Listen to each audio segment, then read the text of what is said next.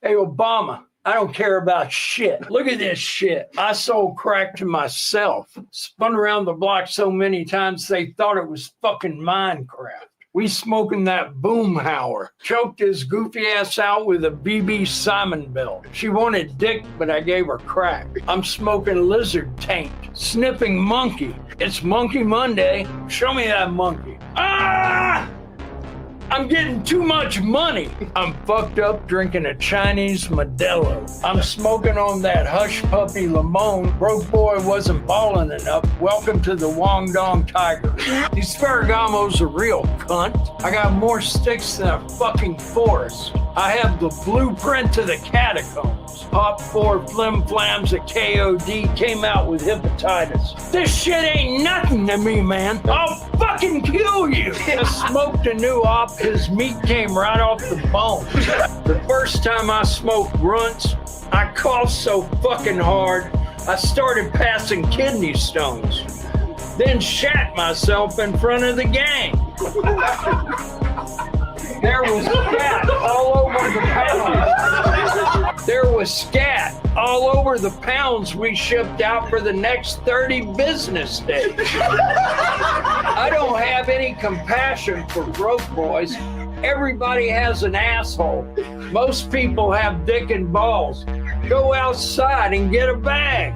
I knew the perk was fake, but I still ate it because I'm a gremlin. I'll air this bitch out like I shit in it. I took 2 limitless pills to limit myself. I got so much cheese in my pocket, they thought I was a fucking calzone. That pussy balder than Howie Mandel. Crashed the Benz truck.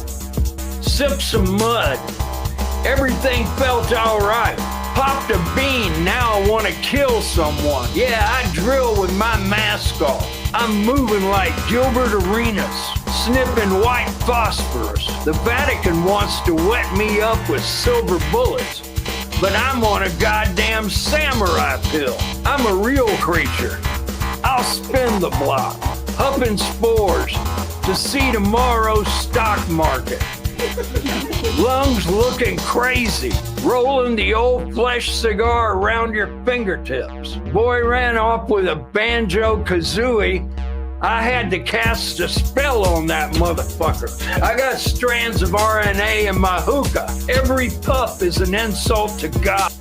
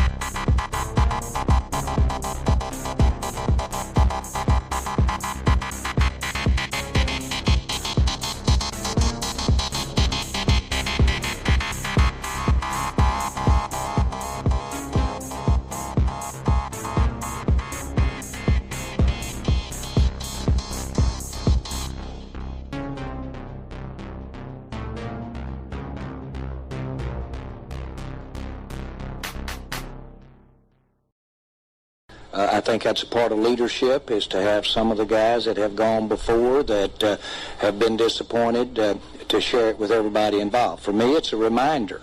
I, too, have been here 23 years. And it is a reminder. I've been here when it was glory hole days, and I've been here when it wasn't. And so having said that, I want me some glory hole. This is absolutely lit. This is lit. This is absolutely lit. This is lit. Lovers, welcome to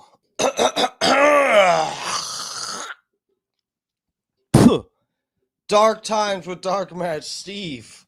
Welcome. Tonight we are live on Facebook, YouTube, and Twitter, also known as X if you have autism and you're addicted to ketamine. Wherever you're at, get in the chat. Lovers, get in here. I'm absolutely churned up for you. I'm turned on. What are we doing tonight? I forgot. Oh, yeah, Andrew Wilson versus Daniel Haqiqatjou or something. It's Christianity versus Islam, guys. So we're kind of doing a bit of a continuation of last night's theme. I've got a few interesting things for us to look at, maybe before we get into this, but this was just a couple days ago. Andrew Wilson, who we love to cover Andrew Wilson debates on this channel. He's a great debater. And not that he's right about everything, but we love watching him dominate people. It's really funny sometimes. Not that he doesn't have his flaws, but I'm not sure how this is going to go down. I've seen, different comments here and there. Obviously, there's a bunch of Andrew Wilson supporters, so you never know who has what bias when you're reading a comment. But I did see a bunch of people thinking that Andrew schooled him. But so we're going to take a look at this. This is a Muslim guy debating Andrew Wilson, and I forget exactly what the topic is supposed to be for this. So we're doing a debate review. I believe the topic is which is more which is better for society? I don't think it's which is more compatible, because we were watching Cam Higbee debate some college kids about that last night. I think this is we'll find out in a minute when we get to it. Let me get to the chat, say hello to everybody, and we'll get started with the nonsense here. All right, let me get you guys up, actually. Here we go. All right, you guys are up on the page, lovers. Can you see yourself? Welcome. Michael Earl's up in here. Junior Coltrane, lover, welcome. Good to see you. I watched this debate. It was good. Spoiler alert, the Muslim dude loves cousin love a lot. Oh, dear God. Oh, this is funny. I do love, we kind of talked about this last night. As someone who doesn't practice an organized religion and doesn't identify with one, it's fun for me to sit back and watch people fight over stupid shit. It is funny. No, I'm not saying everybody's religion is stupid, but the way people act about it, I think is a little stupid. But this is a good time for me. I love watching religious people who practice different religions just trying to shove a sword into every little kink in each other's armor and dogging each other. And it's basically, at the end of it, everyone's bloody and covered in mud, and there's no solution. It's pretty fun. Dutch Duke, welcome. Big E. We are in the presence of royalty. The Duke is in the chat. Stacy G, Bob Cook, lovers, little lovebirds, welcome. Bart Hutchison, Scott Starbird, thank you guys for coming to hang. I appreciate all the support, guys. What's up? Welcome. Sniz is in the chiz. Snizhook, welcome. Oh, look, brothers, it's Andrew Wilson versus a stinky Arab. Oh, fuck. I almost put something like that in the caption for this video. And it's mainly because I saw the Muslim guy's last name is Haqiqatjou. I said, oh, hell no.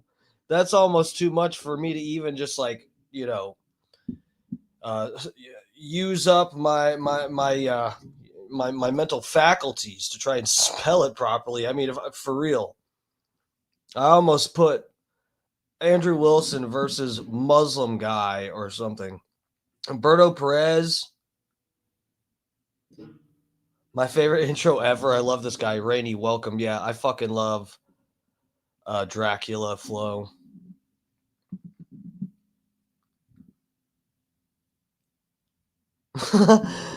Who's this intro video? It's called Dracula Flow. If you guys want to look it up on YouTube.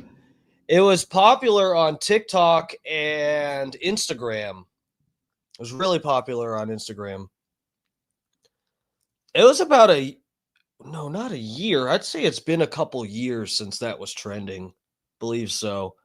Berto Perez up in here. What's up, guys? Welcome. Thank you guys for coming to hang. Big E's up in here. Please, can you guys smash the like button for me too? You guys know I hate to even ask for that. Adam's up in the chat. Fight, fight, fight. I want to see blood in Minecraft. In this Minecraft debate. Minecraft.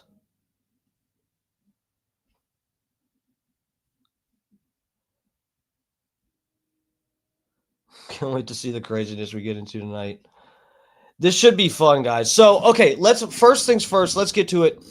Way too many vowels. Yeah, I don't know what Q. There's Q's in there that don't have a U behind it. That automatically to the Western brain, it just does not compute. You got Q's by themselves. Give me a break. No U after the Q. The fuck is this? Pakistan? Okay. So I'll take us here first before we get into I already have the debate pulled up here, but let me show you guys something. So now look, I will not, I don't change my mind about how I sort of scored the videos we watched last night, because we had that guy, Jake Lang, who I didn't really know who the fuck it was. I just saw like, oh, there's this guy. He's sort of trending because he went out there and fucked with the Muslims and had a sign and was like, you know, Americans against Islamification or something. And I was like, okay, it's a Christian guy that's out there, and he's just, you know, he's standing up for Christians, and he's out there to represent Christianity and say that this is a Christian country, and we've got too many Muslims coming in here and this and that. And I was like, you know, okay, whatever. And then when I saw the videos, you see him get punched and whatever. He is antagonizing the Muslim people, okay? But I still, no matter what, regardless of what I'm about to show you guys, I still maintain my point that, I mean, he has the right to use his voice and non-violent actions to express himself. Like, he was also smacking a Quran with a pack of bacon, and that got the Muslims a little bit heated too. So there was that, and I was like, well, you know, he has the right to do that. The Muslims, you gotta just deal with that. That's America, you know. And it's difficult to imagine. I don't know. To me, Islam is when it's an actual serious issue, people have to consider that if you draw Muhammad, someone might try to cut your fucking head off because they like Muhammad that much. That I don't see how well that integrates with like Western values. I don't know. Not that it's impossible to you know, retrain people on their values or something, but you know, anyway, he has the freedom of speech, and he got assaulted a couple times by the Muslim guy. So I was like, okay, that's fucked up. The guy has the right to say he doesn't want them here. He didn't call for violence or something that I saw. So whatever. But let's take a look at this. This got me a little bit concerned here. Now there's a few videos going around with this guy, and wouldn't you know it, he's not a Christian. It's a Jewish guy. Jake Lang is a Jewish guy. So let's take a look at this. A guy who is trying to kick Muslims out of the country and antagonize them, and go to a city council meeting and antagonize them, and then go out and protest, slapping a Quran, with a pack of bacon. It's not a Christian guy. So let me bring you guys over to where Instagram here where I got the video saved. All right, let me go down here so you can get it as large as possible. Johnny Z's up in here. What's up, Johnny Z? Welcome, welcome. Need a Gene Lasker Dracula flow parody? Bro, you know what? I haven't been watching the show, but that is a good idea. That is a good idea. It's too good of an idea for them to even do. Bubba would not understand. He would just say, "This is stupid."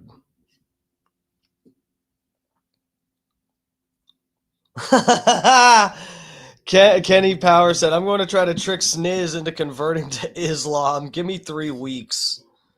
Bro. I agree. Good idea. Dude, that is very funny. That is a funny idea. Imagining Gene Lasker reading, like saying similar shit to that. It could even be like his own lines, but you need to paint his hair and do all that to where he's like actually like Dracula, like this guy with bad grease paint on his head for the hairline. That would be so effing funny. All right, let's take a look at this. Jake Lang, not a Christian, out here antagonizing. Kicking me out. I am Jewish. If you say anything negative about Israel, I am Jewish. My sister served in the IDF. I was bar mitzvahed on the Wailing Wall in Israel. I am a Jew. I'm a believer in Jesus Christ, my Lord and Savior. But I am a Jew, and I love Israel. That was Jake. Okay, well, so he's claiming he's a Christian, but he's saying he's Jewish by blood. Okay. Lang, he's such a fishy guy. A loud Christian activist who was locked up for years over January 6th and got pardoned by Donald Trump. He was in Dearborn, Michigan yesterday, a city with a big Muslim community. He jumped off the bus, waving a huge cross, yelling, "Jesus is king, and this is a Christian nation," and then pulled out a Quran and smacked it with bacon right in the street to insult the Muslims, since pork is forbidden in Islam, and tried to burn it while blocking traffic, but somebody grabbed it and ran with it. It turned into chaos with shoving and police stepping in, but his goal was clear: stir up hate, make Christians fight Muslims. I say he's a fake, secret plant paid to cause this division, because we have videos of him saying clearly he's Jewish. Bro, is that not fucking crazy? I mean, does this guy not read the temperature of the room? Not this guy speaking, the Jake Lang guy.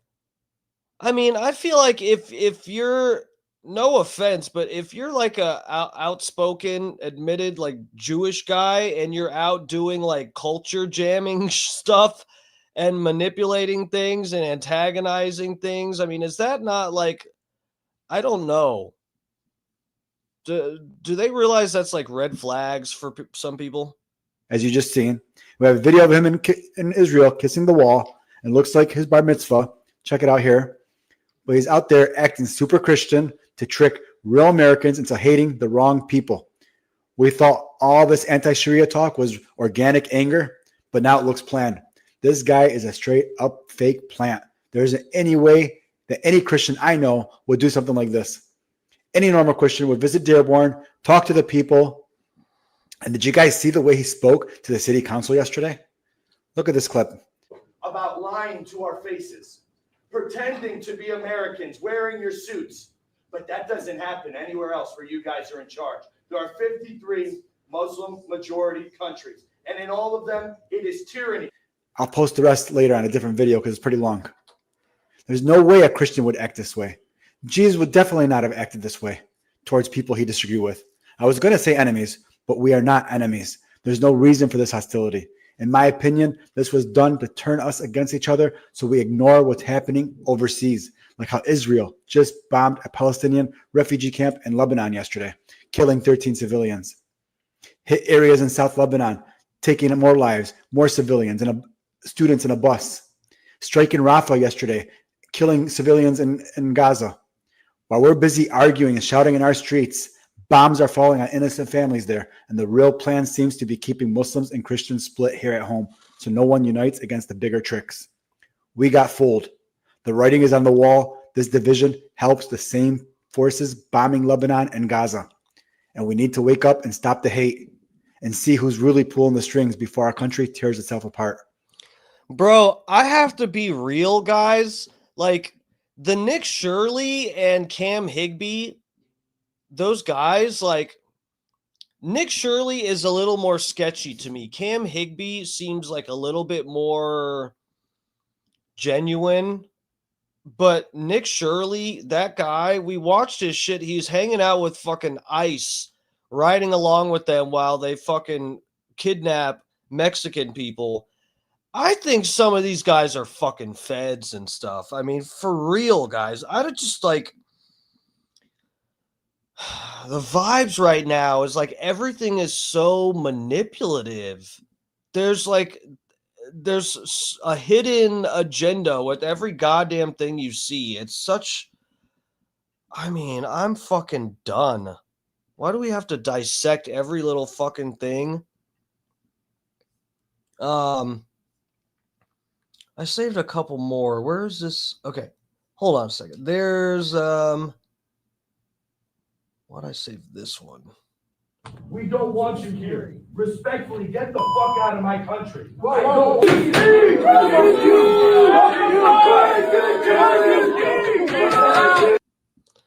Bro, this is fake. Man, this is fucking fake. This guy yelling, Christ is king! Christ is king! That guy?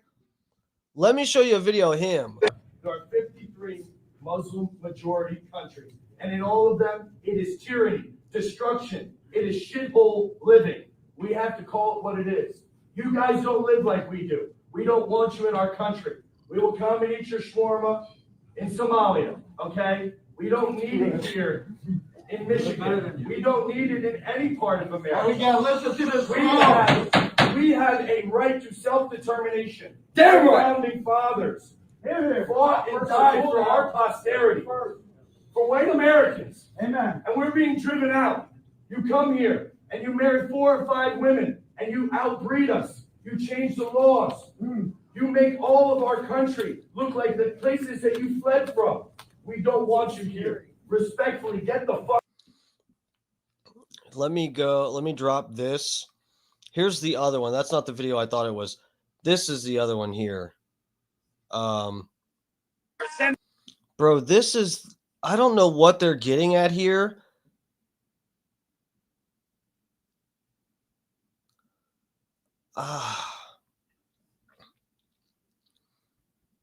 These Islamic dogs back across the ocean. The American Crusade begins today, November 18th. We take back Dearborn, Michigan. Bro, these guys are fake. This is acting. We're about 100 years into the Jewish takeover of America. Right now, the Jewish community is in overdrive to divide the Christians and the Muslims. Everybody, all hands on board and all hands on deck to save America. The Zionists are destroying our country. Bro, what the so this is the same guy. He's on a bus screaming about how we need to get the Muslims out of the country. And then he's talking to the Muslims and saying, hey, look, guys, the real problem is the Jews.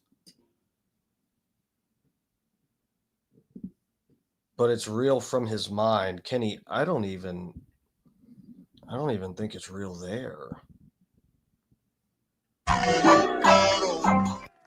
Sending these Islamic dogs back across the ocean. The American Crusade begins today, November 18th. We take back Dearborn, Michigan.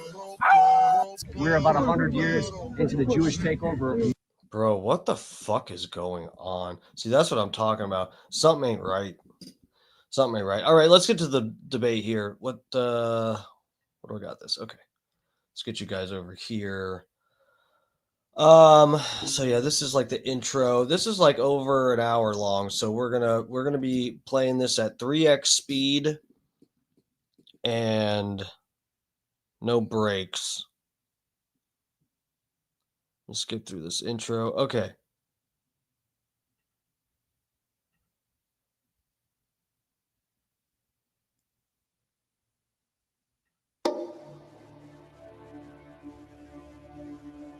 Gaza is at a tipping point. The adults who are malnourished today will die. That is preventable, and it's preventable if we make the action to happen now. Look what they've done.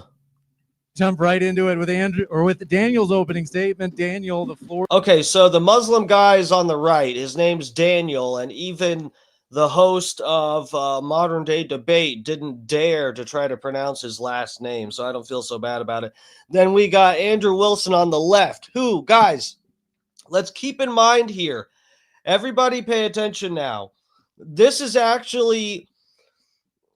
nail biter here, okay? Because Andrew Wilson is a very skilled debater, but you will notice they are inside. They're inside. So what does that mean? Andrew Wilson cannot smoke cigarettes. That is a huge disadvantage for Andrew Wilson. That is going to have an impact on this debate. You know, I'll always remember where, what's the fucking atheist guy with the bald head who made a complete joke out of himself by walking out on the Andrew Wilson debate? I forget what the guy from the atheist show, the call-in show, the fucking bald guy. Oh, elbows down, asses up. He puts pouches in his cheek. This motherfucker's cheating. It ain't the same. You know what? You know what? That's a good. He's smart. He knows he needs the nicotine to keep the blood pumping to his brain through this. Okay, that's a smart move, but it ain't the same. All right.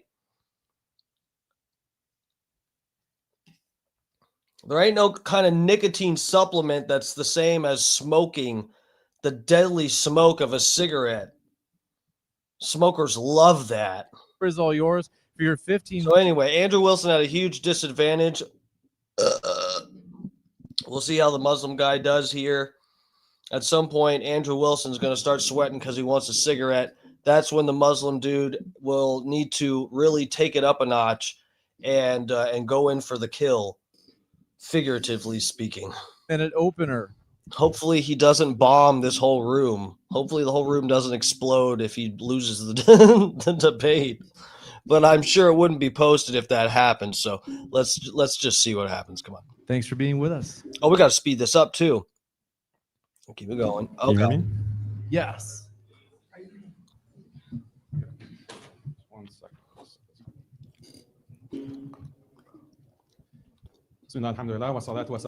Oh God, is he doing all of this in Arabic? How does he do? Who's seen this in the chat? How does everybody do? Andrew Wilson. Don't tell me who wins. Do they do good? Is this a good debate? I saw like the first 5 minutes of the Muslim guy's intro. The room explodes. Passports everywhere. Just a quick note. I want this to be a civil debate because right now there's a massive Zionist campaign to generate as much hostility between Muslims and Christians as possible. If I can say something nice about Andrew, I respect him for not being Bro, I did not even put that together. You guys are, I'm sure there's someone out there that's like, oh, look, Steve, like, did a, anti-Semitic mastermind chess move by showing some Jewish guys sowing division between Muslims and Christians, and then he's going to show the debate where the Muslim guy claims that Jewish people are sowing division between Muslims and Christians. I did not even plan that. That is very funny. a shill for Israel. I think we can be civil, but also very critical. Oh, wait. Shill for Israel. What? Hold the phone. Just a quick note. I want this to be a civil debate because right now there's a massive Zionist campaign to generate as much hostility between Muslims and Christians as possible. If I can say something nice about Andrew, I respect him for not being a shill for Israel. I think we can be civil, but also very critical of each other's religions without it turning vicious. The only ones who benefit from a Muslim-Christian civil war right now is Israel, which is stoking hate so that they can continue their genocide of both Muslim and Christian Palestinians while they bleed America dry. Let's keep that larger context in mind. So the first... Elbows down. That's cool, dude. Andrew Wilson deserves it. He's a good debater. Like I'm not sure if you heard earlier. I don't agree with him on a ton of stuff, but I love watching his debates. He's really good. Slide, which is best for society, Islam or Christianity? Next slide. The answer depends on which standard we use to judge, traditional or secular liberal values. Traditional values include belief in God, prayer, marriage, and gender roles, opposition to degeneracy, and commitment to nation and shared culture. Secular liberal values include individual freedom, gender equality, sexual autonomy, scientific progress, and economic advancement. If we judge by traditional values, Islam beats Christianity hands down. If we judge by secular liberal values, Christianity comes out on top. The reason for this is that Christianity, since the Enlightenment, has been reformed and adopted liberal values while eroding traditional ones. This is because Christianity is more open to evolving in a way that Islam isn't. Okay, so I'm sorry, guys. We jumped right into it. So this is the prompt for the debate here. If you can see at the top, which is better for society, Christianity or Islam? So the Muslim guy is going into it by saying, well, we got to establish what we're judging by. So if you are, it depends. If you're using traditional values or secular liberal values, he's arguing Christianity. He's saying Islam is expresses more traditional values and modern Christians are more secular. Opponent, Andrew Wilson, claims to be a traditional Christian, but we'll see if he'll debate like a traditional Christian or like a blue-haired libtard. If he debates as a traditional Christian, he should defend Christianity. He should defend Christianity as understood before modern liberal reforms. For example, even though he's Orthodox, I doubt he'll defend Byzantine Orthodox norms, such as theocratic monarchy, the monarch's authority to define church doctrine, slavery, book bans and speech restrictions, death penalties for blasphemy, apostasy, and pagan worship, restrictions and bans on loaning money with interest, minimum marriage age of 12, bans on divorce, mandatory veiling of women with unveiled women labeled as prostitutes, lashes for fornicators, punishing married adulterers by cutting off noses or sewing them into sacks and burning them alive, execution for homosexual acts, limits on Jews through bans on Jewish proselytizing and building new synagogues. If we look at a timeline of Christianity, for 1700 years, Christianity upheld its pre-modern norms of slavery, female subordination, monarchy, punishments for blasphemy, executions for adultery. After the Enlightenment, Christians began reforming their religion to match secular values, and that liberalizing process continues today with the acceptance of homosexuality, LGBT rights, and modern feminism. Even though he's a conservative, Andrew already accepts huge chunks of this liberal reform. He's fine with abolishing slavery, rejecting monarchy, ending blasphemy, and adultery punishments. His conservatism simply draws an arbitrary line at a later stage, roughly 1950s America. But libtard progressives follow that same reform trajectory, just a few stages or steps further. Andrew isn't defending traditional Christianity, he's defending his preferred arbitrary stopping point on a progressive path he already agrees with. In other words, the difference between him and the libtards is quantitative, not qualitative. Just a dispute over where to halt the same ongoing cucking to secular liberalism. So Andrew's conservatism is not principled, it's arbitrary. Given this, I predict Andrew will debate like a blue-haired libtard today and use a pro-liberal strategy against Islam. Because again, Christianity can't beat Islam on traditional values for the simple reason that Islam isn't amenable to reform the way Christianity is. So he'll likely attack Islam exactly like a blue-haired alphabet person would by calling Islam backwards on marriage, gender roles, and scientific and economic progress. But if Andrew attacks Islam using secular liberal values, he faces a dilemma. Because tomorrow he's debating an atheist on whether Christianity or secular liberalism is better for society. So any pro-liberal standard that Andrew uses to judge Islam today, tomorrow that same liberal standard can be used by his atheist opponent to judge Christianity. For example, if he says Christianity is better than Islam because it gives women more rights and promotes more scientific progress and health, the atheist can argue that secular liberalism does even more of those things. Andrew knows this, so against the atheist tomorrow, he'll likely revert back to a traditional Christian stance, highlighting issues like LGBT, incest, and low birth rates. Okay, so the Muslim guy's kind of going through and predicting what Andrew Wilson's like arguments and stuff are going to be. I can't, I know I've watched some other stuff with Andrew Wilson debating against Islam, and I don't remember what any of his points were. It's not something, you know, that I've really focused on. Again, it's like, I don't practice either religion, so it's, you know, I got no dog in the fight, but yeah, I don't know if Andrew Wilson goes with this. Now, I did see a comment somewhere where it talked about that this guy predicted all of Andrew Wilson's arguments, and Andrew Wilson predicted that he would predict those arguments, and then Andrew Wilson completely went a different direction with it. But I see what he's saying here. That probably this is like what this Muslim guy's probably debated a bunch of other Christians on stuff like this, and this is probably the line of argument that they go with. Is like, oh yeah, Islam is they're too strict on their women and stuff like that. They're you know, they treat their women like second-class citizens, this and that. And then you end up as a Christian defending like liberalism, and you end up sounding like a blue-haired feminist because you're like, oh well, we need the women to have equal rights and be able to vote and da da da da da. And if you keep going in that direction, you end up like a liberal. I see what he's getting at. Not singling out Andrew.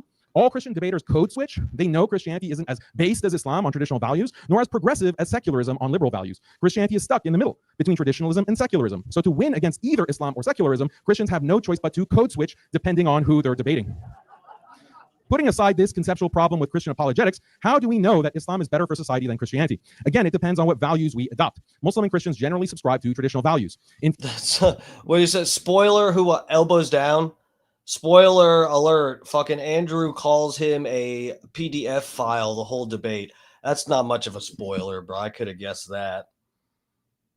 Classic Andrew Wilson versus Muslim. Kirk, what's up, Kirk? Welcome. I used to call myself a conservative Christian, not anymore, just a disciple of Jesus Christ. True. In fact, all humans, due to biology, inherently value things like belief in a creator, marriage, family, and community. So let's see whether Islam or Christianity is better at promoting these things in society using the abundance of empirical data available. Let's start with a bird's eye view using the World Value Survey, a global project measuring beliefs, values, and cultural changes in over 100 countries. Their world cultural map from 2023 groups countries by religion. Protestant European countries are yellow, Orthodox is red, European Catholics are green, Latin America in light blue, and Islamic countries in gray. On the x-axis, countries that value individual self-expression and autonomy are further right on the graph. On the y-axis, countries that are more secular are higher up. The ones that have more traditional values are lower. So you can see in the bottom left, there are the Islamic countries that are more traditional, whereas the Christian countries are more secular and value individual autonomy. How about belief in God? Muslim countries show higher religiosity and belief in God than Christian ones. For example, Pew Research asked people in different countries if they believe in God. For nearly all the Muslim countries, the number was 100%, to such an extent that Pew concluded that nearly all Muslims surveyed believe in God. Another Pew dataset shows Muslim countries, Bangladesh, Indonesia, Malaysia, at the top of global belief rankings, while Christian countries are split with Kenya, Ghana, and the Philippines high, but the US, Spain, and France low. What about religiosity? On this map, all Muslim countries are dark purple, showing the largest share of religious followers. Christian countries, except Latin America, are much lower, like the US, Europe, and Russia. Pew studied how important religion is to people's lives. And for Muslim countries, they're dark yellow, indicating 80 to 100% of people saying religion is very important to them, while most Christian countries are much lower in gray and blue. The 2024 Integrated Value Survey confirms this. In majority Muslim countries like Indonesia and Egypt, over 97% say religion is very important, whereas in Christian countries like Mexico, the US, Russia, and Germany, religion matters far less. Another key metric is religious switching. Pew shows Christianity in red has the largest net loss of followers, while Islam in green has the highest net gain from conversions. I think you're pretty behind on the slides. That's scary. My husband used to ejaculate prematurely until this. My hubby Oh no. is ejaculating so fast. I mean, he gets so anxious. Bro, why am I getting this ad? I do not have this problem. I've already told you guys, I'm very open about, I'm probably too open. This is for someone in the chat. Look, is there someone in my chat that's a premature shooter? Bro, I go at least 15 to 30 minutes. At least. I do not need this. Yeah, there it is. Right. Now let's look at family and gender roles. Muslim societies have higher rates of marriage than Christian societies. Notice how the percentage of married individuals of both Muslim women and men, indicated by the red and blue arrows, is higher than Christians, since Christians are more likely to delay or forego marriage. We can also look at divorce laws. Christian countries mostly allow no-fault divorce, while Muslim countries often have fault-based divorce or other limitations on women. When it comes to fertility, Pew Research shows that Muslims are at 2.9 globally, whereas Christians are at 2.6. And even when you break it down by region, Muslims in Europe, the Asia Pacific, and Sub-Saharan Africa have more children than their Christian counterparts. Muslims also have the largest families by household size, at 6.4 members per household compared to 4.5 for Christians. Due to both higher birth rate and higher net conversions, Islam is the fastest growing religion projected to meet and exceed the Christian population in 25 to 50 years. How about sexual behaviors? Research in American Sociological Review show Muslims, due to religious conviction, are less likely to have premarital or extramarital sex than Christians. Some Christians might claim this is only due to self-reporting bias because Muslims are less likely to admit to engaging in these behaviors, but we can account for this by benchmarking against other variables like medical abortions and death rate from HIV/AIDS, which directly correlate with extramarital sex. Data shows abortion rates are highest in Christian regions and death from AIDS are highest in Christian countries in Africa, Russia, and Latin America, but lowest in North Christians taking an L. Stop killing your babies. Africa, the Middle East, and other Muslim regions. Regarding acceptance of homosexuality, Pew shows Christian countries are far more accepting, even after controlling for economic factors.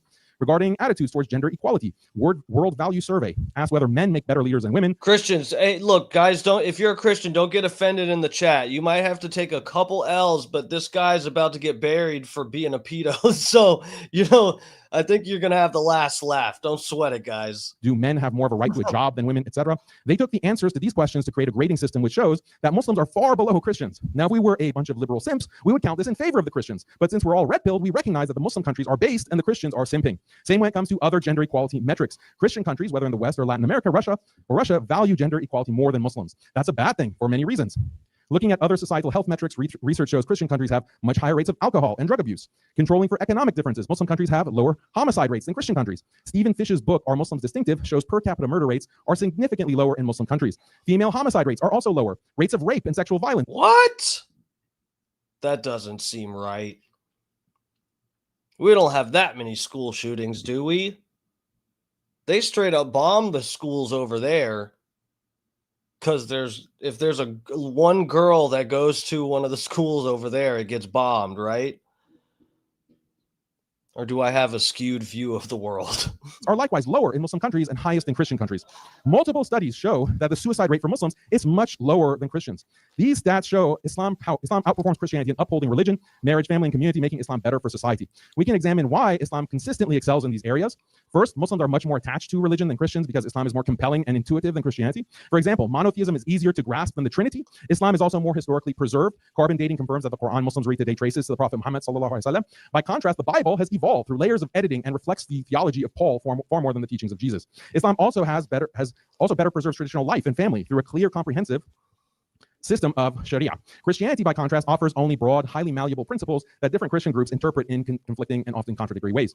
A Christian rebuttal could be that even if Islam excels at traditional values, it falls short on secular ones like individual freedom, self-expression, and scientific or economic progress. Christianity, they could argue, wins overall because it blends the best of both worlds, preserving core morals while still enabling the modern achievements of the Christian West, more freedom, science, technology, and higher GDP. This argument has fundamental problems, however. First, is Western prosperity due to Christianity or secularism? For example, how much of Western greatness comes from pre-Christian traditions like Greece and Rome? Furthermore, if Christianity drives prosperity, why haven't the oldest Christian nations like Ethiopia and Armenia? I'm getting scared when he talks about Islam, as my heartbeat is speeding up. Match the West's success. Likewise, recently Christianized societies like El Salvador and the Philippines have no comparable prosperity. Finally, why do more devoutly Christian societies have higher poverty and violent crime than more secularized Christian ones? Therefore, it's far from clear that Christianity is the secret sauce to scientific and economic progress. But there's a deeper problem. Mixing traditional and secular values never works. It's like mixing paint and paint thinner. Whenever societies try... Kenny says, I don't trust this guy. Yeah, me neither, Kenny. I wouldn't trust him around my kid or my goat. Oh, what happened? Oh. Combine traditional and secular values get abandoned. This is actually what has happened in the West, which was deeply Christian 200 years ago, but now has become the center of atheism and secular decay. This didn't happen overnight. This happened because Christians 150 years ago tried to mix traditional Christianity with the secular idea of progress. This happens because traditional values are based on duties. Preserving religion requires imposing duties on people to worship. Preserving family requires imposing duties limiting sexual freedom and providing care for children and the elderly. Preserving a nation requires duties to uphold shared norms, honor national symbols, or limit immigration. So preserving traditional values necessitates all these duties. The problem is duties are hard work requiring personal sacrifice. Because of this, duties necessarily restrict individual liberties while also generating inequality and discrimination. This is a problem for secular liberalism, which strives to free people burdened by duties. So the secular liberal system gradually eliminates duties to maximize individual freedom. This is done through two means: moral progress and scientific progress. Moral progress means, for example, liberating women by telling them they don't have a moral duty to serve their husbands. Scientific progress means inventing AI companies for the elderly so that little Bobby doesn't have to spend time talking to grandpa. Usually we think of progress as a good thing, but clearly progress can seriously damage society, because if you get rid of duties, this will weaken institutions of religion, family, and nation. The decay has been ongoing in the West since the 18th century, when liberal ideology kickstarted moral and scientific progress. I don't have a goat, Kirk. I don't have a goat, but if I did, I would not leave him alone in a room with this guy. Consequently, yes, the West has the highest GDP, but religion, family, and nation are weak, and people live as atomized individuals pursuing endless pleasure through tech. It's his opening statement. I see some of you guys saying this is one-sided. When's this guy gonna shut up? Speed it up. Bro, we're at 1.5. If we put it to 2x speed, I mean, it's gonna sound even crazier when this guy, every time he mentions Allah, he goes Allah assalamu alaikum. Driven consumption. If you watch tech elites shaping Western society, you'll notice their transhumanist vision, Neuralink AI, etc. This is the logical endpoint of unchecked moral and scientific progress. The question is, which religion can stop this?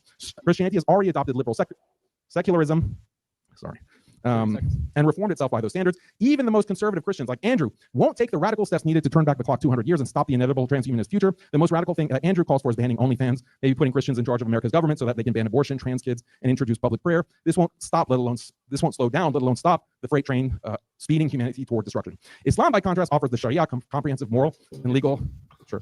A comprehensive moral and legal framework that governs every dimension of life, individual conduct, family structure, community obligations, and social order. It does not merely tweak the secular liberal system. It represents a fundamentally different paradigm. Bro, what the fuck is okay? I get what this guy's saying, where he's like, oh well, so Christian societies have kind of lost their not faith entirely, but their what would you say? They're radical. They're man, I'm blanking right now. I feel like Joe Biden. I'm having a Mitch McConnell moment right now.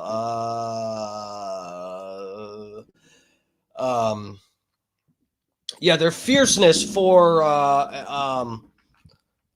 and passion for Christian values in Western society, and so people have gone into like valuing things and technology, and we're gonna just concentrate on the new iPhone and whatever. What the fuck is Muslim societies gonna do about AI? This guy's acting like an Islamic society is going to what you think any like what? How can you think the AI isn't gonna work over in your fucking dirty ass country? Of course it is. They're going to fly some drones over there and bomb the shit out of you guys until you plug yourselves into the fucking the hive. The fuck you think's about to happen? You guys going to suicide bomb every goddamn server warehouse or something? Give me a break. Because Islam preserves a duty-based morality rather than dissolving it, it retains the internal resources to resist the liberal atomization and technological dehumanization. Thank you very much for that opening from Daniel. Eat more. They're a long-winded culture. That's funny. I've got the timer set for you, Andrew, on your first word. Good job, man. The fun thing about debate is you get to actually get in the mind of your opponent. Oh God, here it comes, guys. This is gonna be a roast session. I can. Did you guys get a glimpse of the picture that popped up? This is about to be a roast session. Ooh, this looks fun. You get to bomb the pyramids in Egypt. Is this what we're seeing? Hell yeah. Uh-oh, not the space. It's been around thousands of years, and the Americans are going to destroy it with their bombs.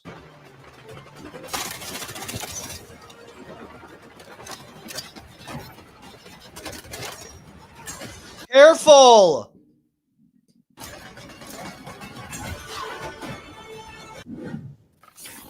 Wow, that looks fun, guys. Go play that game. What? What happened? Oh. Oh, Jesus Christ. Islamic inbreds and the societies they built. Holy shit. Holy shit. What game is that AI? Bro, it probably is fake. Every game ad on YouTube is fake, I think. I don't know. The fun thing about debate is you get to actually get in the mind of your opponent. You get to study and dissect the things that they say and believe. After watching Daniel for hours, a few things became obvious. The first, he's a far better Muslim apologist than I am a Christian apologist, that's for sure. But he's far weaker on politics than myself and the nature of the world. The second is that he's an above average debater, but he ain't quite God tier. See, if I were Daniel and fighting from his worldview, I'd point out Christianity is fractured and weak, that Christianity is totally incapable of fighting back against the degeneracy of our time.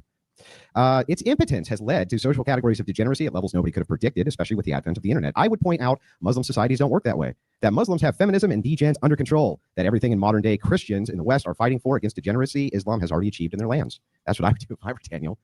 When talking about which is better for society, Islam or Christianity, this becomes a powerful argument. But I'd go a step further if I were Daniel. I'd also say my opponent will argue like an atheist progressive. That Andrew Wilson, the guy who promotes anti-feminist and egalitarian doctrine, is going to sit up here and act like an egalitarian progressive and cry about Islam being mean to the women and cry about Islam not being very nice to the gays. Well, you were fucking wrong. Sadly for Daniel, while this tactic would normally be effective against a sewing circle Christian, I'm not part of that cast, sir. Now, let me get into my argument for why Christianity this is going to be a bloodbath, isn't it? Makes better societies than Islam, and it's pretty simple. Islamic societies breed an inbred population. Next slide, please. Muslim inbreeding has been occurring at a high rate for about 1,400 years since the early Islamic period, encompassing most of the land still occupied by Islam today. It spread from the 8th to the 15th century, moved into Persia, North Africa, South Asia, where it remains and has created some of the dumbest fucking human beings on planet Earth. The most common type of inbreeding is first cousin marriage. The rates of first cousin marriage in comparison to Christian nations is staggeringly high, even in comparison to regions occupied by Arab Christians. When a nation has both Christians and Muslims, Muslims are often double or higher than Christians. Example, India, Lebanon. Next slide, please. Muslim inbreeding. Oh, sorry about that. Pakistan at 65%. 65%, meaning more likely than not, you're having sex with your cousin, and if you're not, you're the weird one. Okay? Oh, for the low IQ members of MDD, that means these people are more likely than not having sex with their aunts or uncles' children. Whew, Saudi Arabia, 50 to 58%, with an average 76 IQ. Who would have thought it? UAE, 54%, 82 IQ. The crown jewel of the Arab world, you are more likely than not to be banging your first cousin. Iran, 40%, 80 IQ. Yemen, 45%, 62.9 IQ. Qatar, 30%, 62 IQ, guys. Look at that. 80.8 IQ. Now, we're going to continue, right? Oman, 36%, 78. Syria, 39%, 74 IQ. Turkey, 25%, 86 IQ. Jordan, 32%, 80 IQ. Egypt, 32%. Bro, what is what's like lower end of average? So I heard, I don't remember how long ago, I used to say this a lot. Well, and I still do. When I talk shit about someone being stupid, I call them like a double digit IQ, fucktard or something like. I'll say double digit IQ. I didn't realize. I thought under 100. I thought it was like more rare, but I guess it's like I saw average. I think they say it's 80 something to like 1 something. I forget. 62 IQ. Yes, that's the Bubba demographic. Holy shit! Andrew came out swinging. He did. I wasn't even. I wasn't ready. 76 IQ. It goes on and on and on, and it just never gets better. Next slide, please. Thank you. Compared to Christian countries, let's take a look. Usually less than 1%.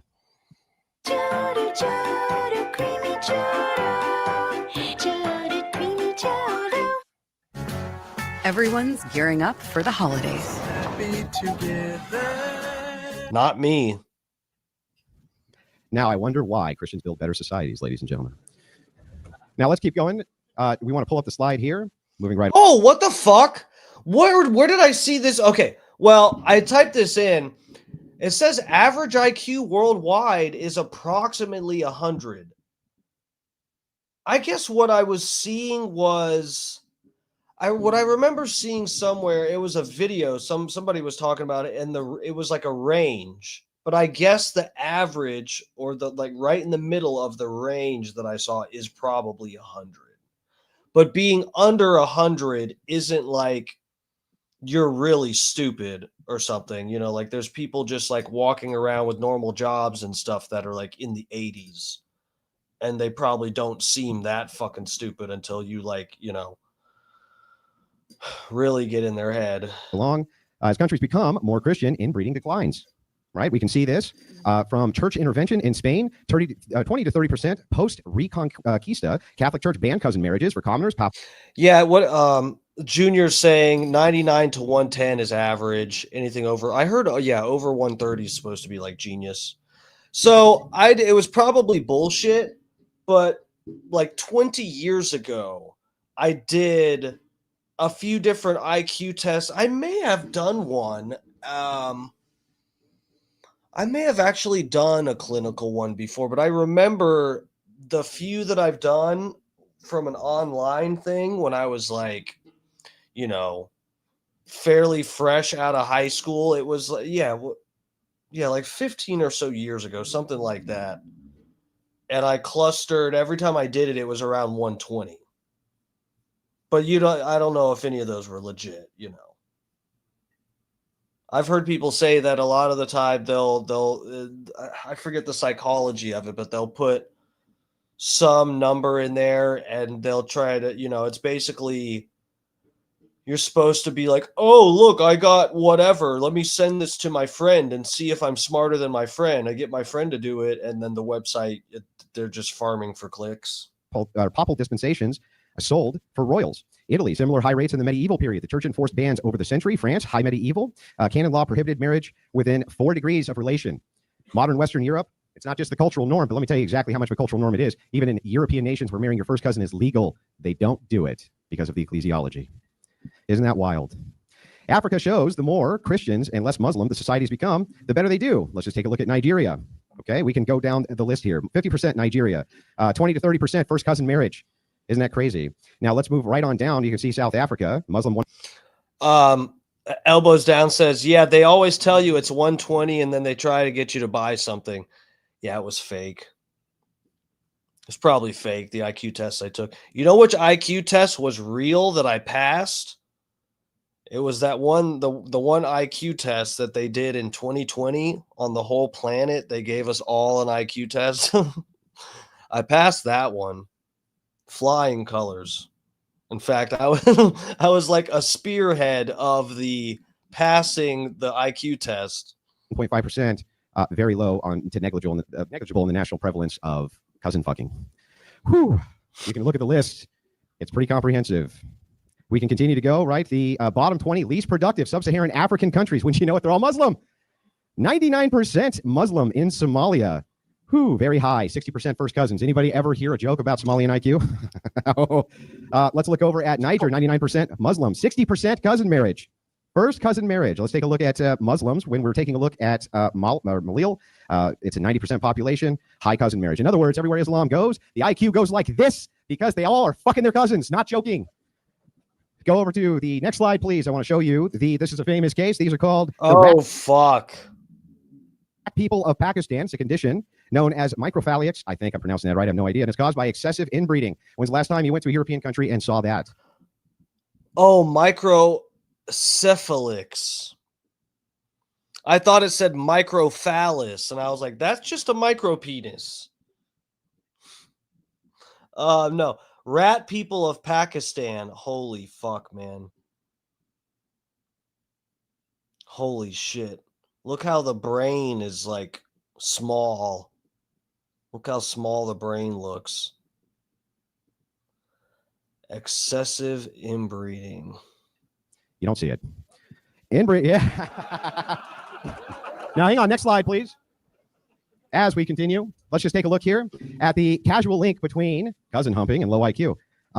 Basically, there's increased homozygosity. I think that's how it's pronounced, for deleterious recessive genes. And it is the homozygosity. Like zygote? Deleterious recessive genes in the strongest causal link. Strongest causal link for why the IQs are so low. Genetic risk. Inbreeding raises the chances of inheriting 2 copies of harmful recessive genes. Brain development impact. Harmful genes can impair neurodevelopment, reducing cognitive potential. IQ reduction evidence. First cousin offspring lose 3 to 4 points on average, and closer inbreeding can cause larger deficits. They've been at it for 1,400 years. Whew. Wow. So, yeah, he's saying if it's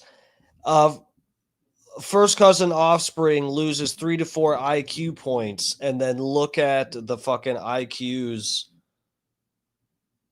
Look at the fucking IQs of the Muslim countries, and you can see that they've been banging cousins for generation upon generation, and each time it drops like 3 to 4 IQ points. Higher prevalence equals greater risk. Populations with widespread cousin marriage show more individuals with lower cognitive performance.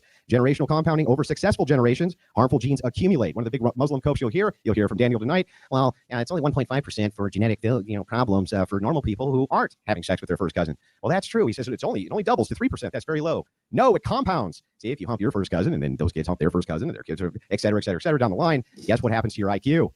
Guess what? You'll never guess. Anybody got a guess? It goes down. The negative consequences of a low IQ. 80 IQ versus 100 IQ person. Income 50 to 70% lower. Welfare dependency. Nick the Gun Guy, what's up, bro? Thanks for joining us. It was good to see you on Scott's show. I did mostly listening because I was really fucking busy. But yeah, what's up, bro? Thanks for coming to hang with us. If there's anyone that wasn't in here before, please smash the like button for me. Your boy's out here hustling, struggling. Oh, fuck, guys. It ain't easy being a streamer. Oh man. It really ain't easy, but I'm out here and I do it for the betterment of the human race. I'm on here streaming. 4 to 6 times higher. Literacy less than 10% at less than 85 IQ. Obesity up almost 2 times. Chronic disease up to almost 2.5 times. Life expectancy less than 70 IQ or 75 IQ down 5 to 10 years. Why? Because, well, you might just look down the barrel of that shotgun when you're cleaning it. Moving over, arrests and incarcerations 3 to 8 times higher. Violent offenses 4 to 6 times higher. Teen pregnancy 3 times higher. Child neglect and abuse 3 to 7 times higher.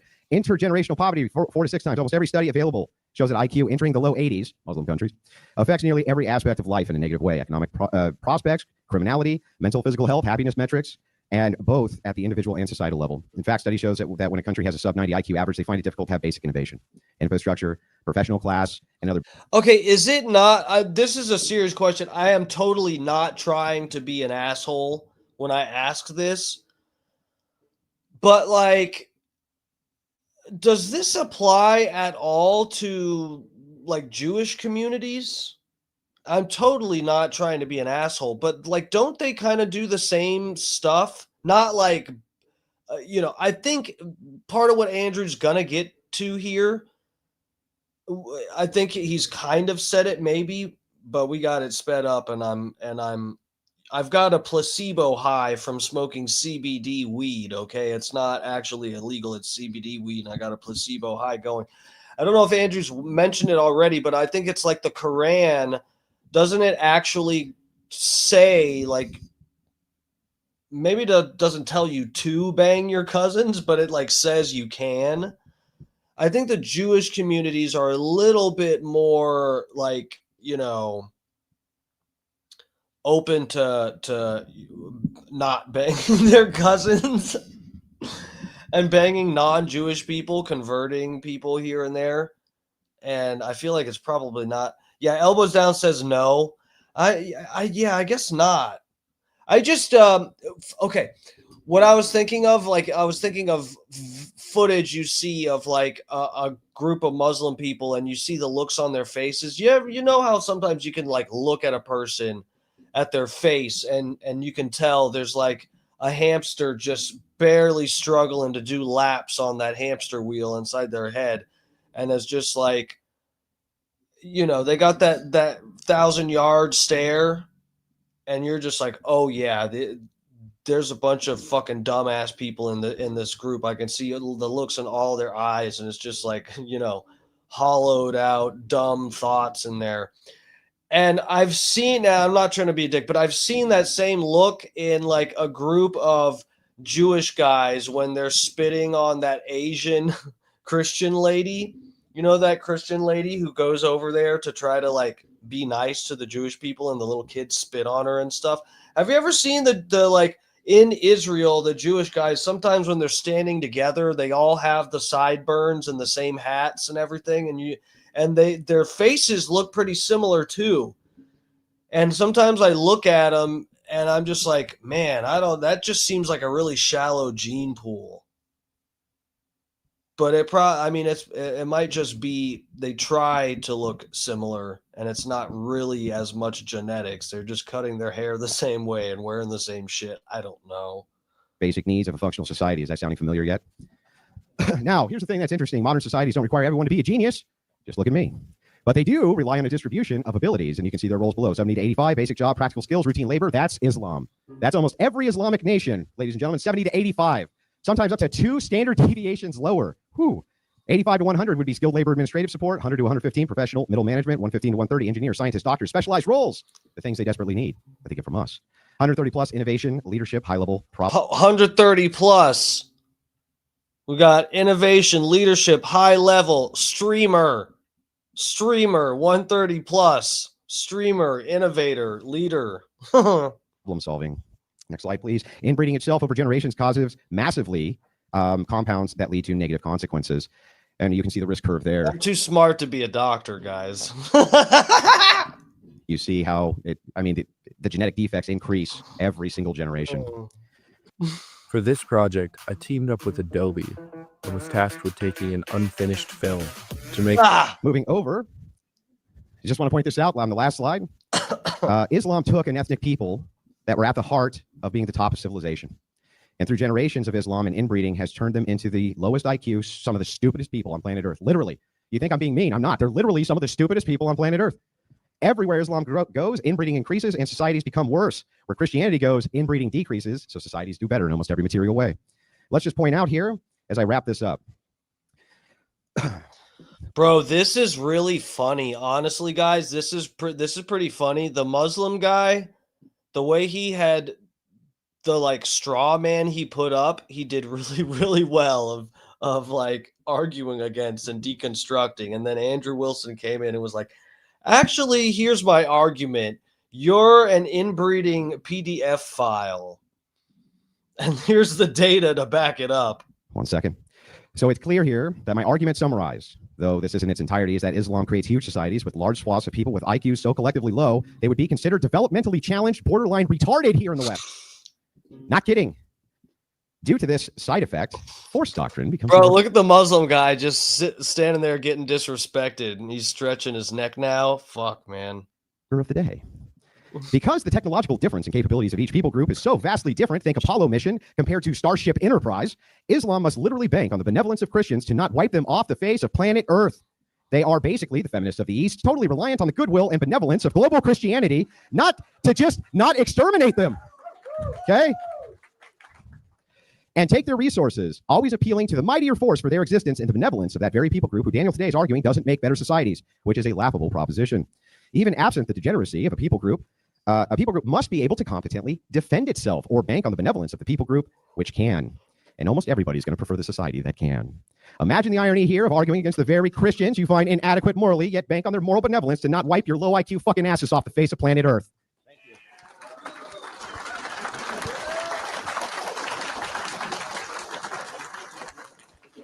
Based.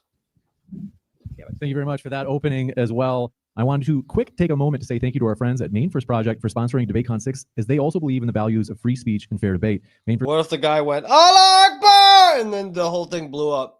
First Project is fighting for conservatism in New England and beyond. So check out their link in the description box below. We are going to jump into the 5-minute rebuttals. Just a quick reminder, folks, please be sure your phones are on silent, and also please do refrain from recording or streaming any footage other than if it's TikTok length, that's fine. But we're going to kick it into 5-minute rebuttals. First with Daniel, the floor is all yours. So this falls exactly... I'm not streaming. Exactly into what I predicted. You argued like a libtard.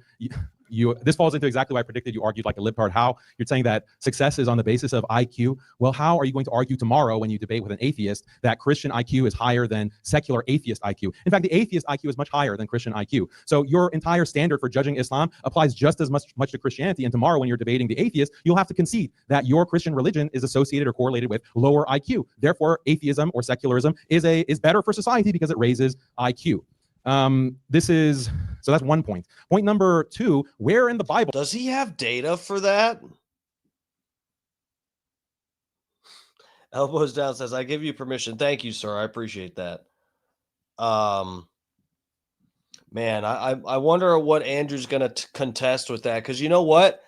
Andrew did not argue like a fucking libtard. He went in a completely different direction, but if this guy has some kind of data to actually back that up, I have no clue if that's true or not. And I'm going to let Andrew eviscerate him rather than try to Google it myself. Maybe we will still Google it, but I don't know. I don't know where he's getting that.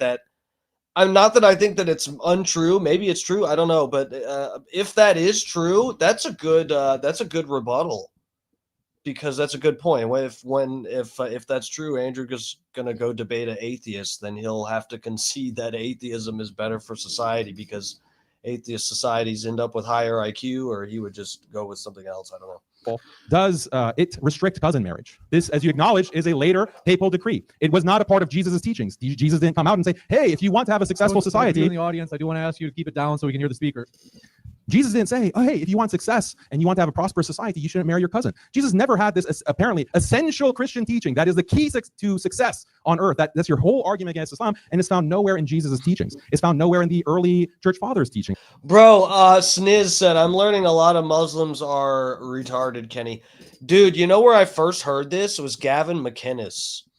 Bro, Gavin McInnes dropped the truth bomb on Joe Rogan's podcast in like 2015 or something.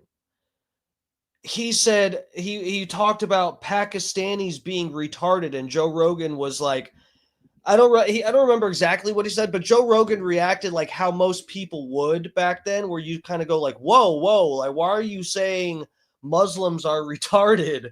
And Gavin McInnes dropped the fucking truth bomb on all this shit that they do inbreeding and stuff, apparently. And that was way back then. And that shit went around. Those clips went around because no one was even talking about that back then. This is something that came later. And also, when it was decreed that cousin marriage is considered to be incest, it wasn't on the basis of IQ. This is something that you have adopted. Yeah. No, Elbows Down got it right. He said that's what he said. The Pakistanis in Britain. Yeah. So that's what it is. People living in Britain who are Pakistan are married to their cousins and stuff. Hell yeah, bro. No, that's good shit to remember. I was close enough. I knew it was fucking Pakistanis. Just I couldn't remember that it was in Britain. From who? From atheists, from secularists, from those who are doing secular science to discover. It was he was Gavin McInnes was one of the like biggest. That video is one of the first most famous reels or clips back then of anyone ever talking about the issue of inbreeding within Islam. For these medical problems or IQ levels. So your entire standard for judging Islam is not a Christian standard. It's not a biblical standard. It's not an Orthodox church standard. This is coming only from atheists, from atheistic science. Second of all, thank you, Elbows Down. I appreciate that. I love coming here. Then he corrected himself. Thank you. Yeah, this is a big edge session over here. Edge fest. Edge-a-palooza over here. If IQ is such end-all be-all, Christian societies, if you bring up a country list of countries by IQ, many Christian countries are on the bottom there. I don't know if you consider them to be true Christians because they're not white, but they're also at 80 IQ, 70 IQ. Look at sub-Saharan Africa, look at Latin America, look at the Philippines. It's also comparable with Muslim countries. Do you consider them to be Christians or not? Also, go back to the Middle Ages. IQ was much lower in the Middle Ages in Christian societies. Why that has changed is because of the Flynn effect. IQ has increased globally across the world because of the Flynn effect. So if you have a problem, except for in the Muslim communities, shit. Again, with lower IQ, look at medieval or Middle Age Christian societies. And also, here's another big problem. IQ is also linked with race. So if you want to prioritize high IQ, you should discourage interbreeding between races. Why should higher average IQ from Asians or whites or Jews or whatever race that has a this isn't that bad of a point here. I don't know if Andrew, well, that's eugenics. I think Andrew would, I'm interested how he would handle this. Higher average IQ, Christianity encourages or allows interbreeding between the races. That will result in a lower IQ. So you should be against that because that's going to, over time, lower the average IQ of society. So that should be something that you need to oppose to be consistent. Interracial marriage or interracial breeding should be contrary to your point or contrary to your position. Also, yeah, I mean, what's the highest IQs? What do they say? It's like Asians or something, right? Why don't we do what if we did eugenics where we kind of just like, he said interbreeding with different races. If you break it down like that and abide by and believe the data that who was it, Douglas Murray, or I forget whoever did the IQ stuff separated by race and found whatever the trends. What if you did something like, if you had like a regular, whatever the highest IQ race, I think they say it's Asians or something. I don't know whatever group they had, and keep a certain amount of those people only breeding each other, but then have some of them that mix with the rest of society, so we all get a little bit of those high IQ Asian juices in us. Then that would bring the rest of society up, but we could still have a separate society of the high, or not separate society, but they have a group kept separate with the already high IQ people that keep breeding with each other and getting smarter, and bring the rest of us up with you. Come on, I'm fucking dumb. I need help. I'm just shocked that your entire argument about why Christianity is better than Islam is a cousin marriage argument. That's like shocking because it just works so far against you. So if IQ is the end all be all of what makes a society good, then Christianity loses to atheism and secularism. Like, case closed. So like, and many Christian societies are low IQ. Okay, I hear you. Elbows down. I'm just I'm not endorsing anything here. I'm you know, whatever. We're talking about I'm breaking down this guy's arguments. I'm not endorsing anything here or whatever. We're not let's we're having fun. As in the same way as certain Muslim countries. The thing about the difference between me and you is my values are based on marriage, family, traditional values of that nature, not atheistic values of IQ and intelligence. We're going to jump into Andrew's rebuttal as well. The timer is set for you. 5 minutes, Andrew. I had a crazy idea. We were surprised that no one had done it before. Success. Libtard value. Don't fuck your first cousin. Libtard. Let me just point out that Daniel Haqiqatjou didn't actually rebut any of my arguments. Not a single one. My argument was simple, and I'll repeat it here again. What? That's his last name? Haqiqatjou? Haqiqatjou. Daniel Haqiqatjou. Wow. Andrew Wilson, I'm impressed. The argument is that your society has to rely on the benevolence of mind to exist because of your general IQ.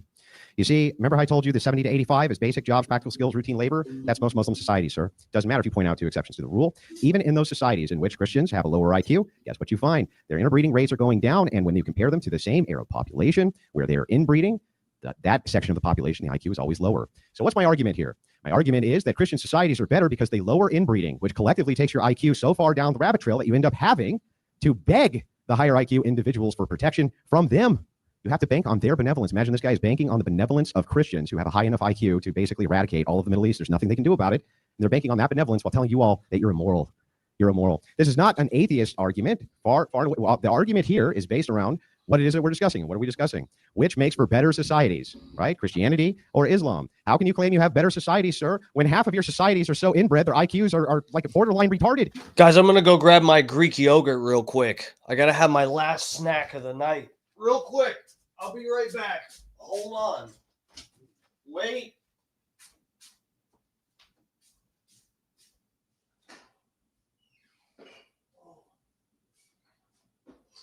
Wait.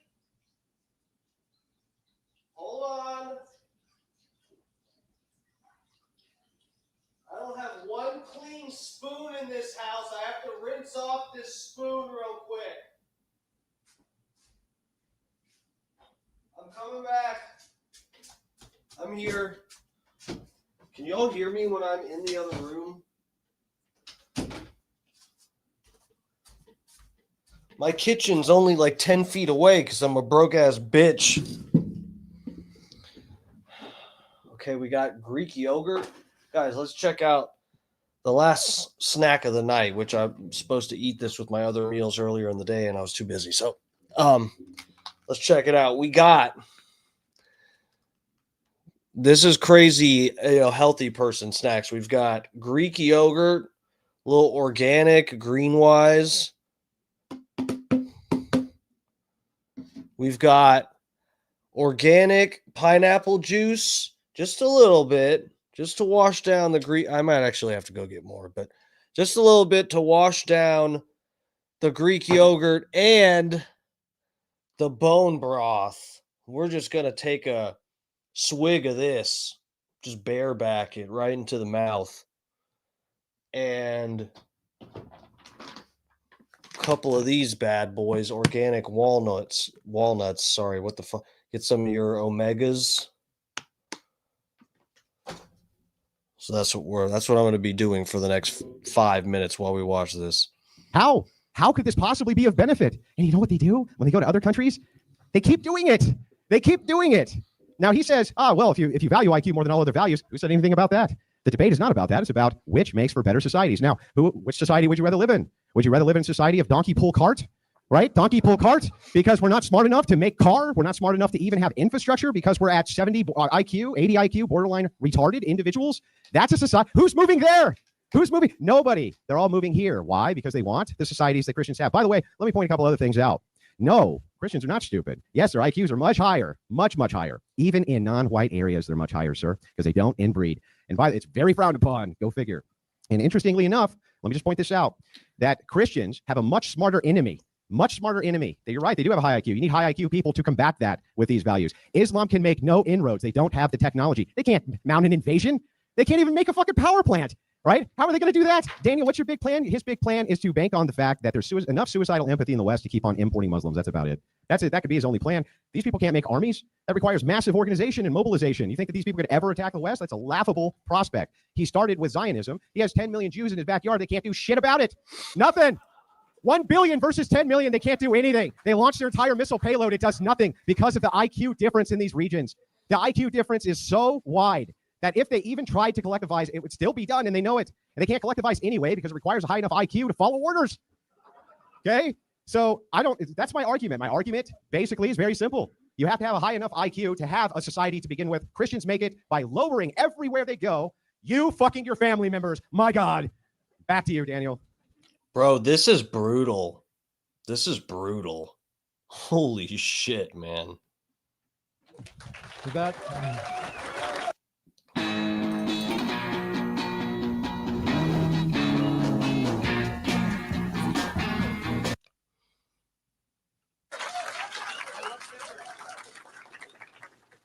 With that, we have 60 minutes of open dialogue, though the open dialogue is broken into 90-second segments just to be sure there's no interruptions.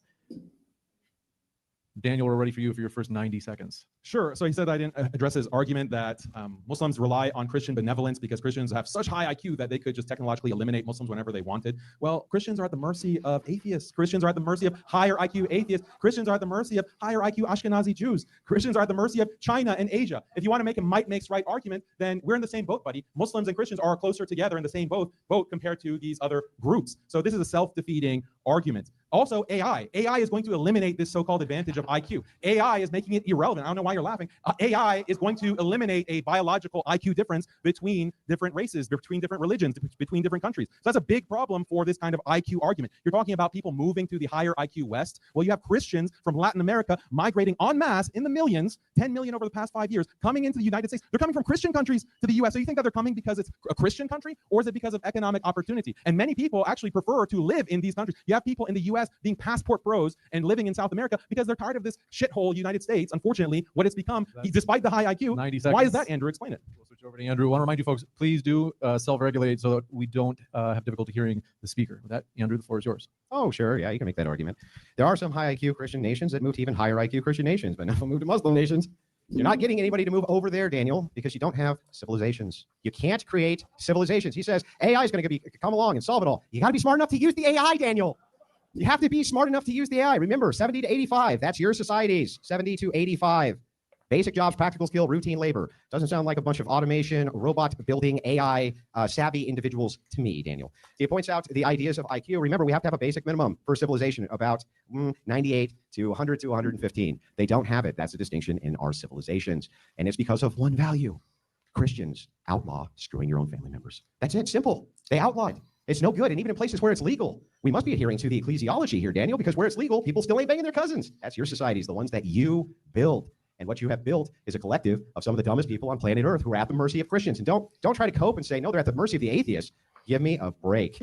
Everybody is at the mercy right now of Western nations and Western Christians, which are in them. And that includes Eastern Europe, by the way. So this is all cope. He hasn't refuted any of the arguments. How can he possibly say these low IQ societies, which Islam creates, are better than the ones Christians do on this one principle? I want to hear it. Go ahead, Daniel. Yeah, so you don't need to know how AI works to be able to operate it. That's why it's a evening of the playing field. I don't know if anyone here has used AI, but you don't actually need to know how to program AI to be able to use it. This is something that is very obvious, how AI is going to make IQ differences really irrelevant in the future. And this is what all of the futurists are saying. Second of all, you have Christians in... Andrew Wilson just popped in a nicotine pack. Let's fucking party. More religious Christian countries going to less religious Christian countries. You have, again, the... He wants a cigarette so goddamn bad.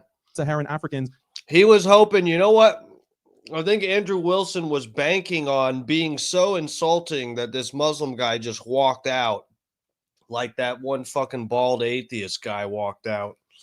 So that Andrew Wilson was thinking, basically he was planning on being able to have a cigarette in like 45 minutes or less by just being so incredibly insulting. The Muslim guy would just tap out, and it's not happening. So he went ahead and popped in a pack, a little nicotine pillow in his cheek there. You have the Latin Americans who are Christian going into more secularized nations. So this is, again, an argument for secularism, not for Christianity. You say that there are no Christians moving to Muslim countries. What about all the Christians in Africa, in the Philippines, in Southeast Asia that go to Dubai, that go to the UAE, that go to Saudi? That is a counterexample to your really bizarre claim.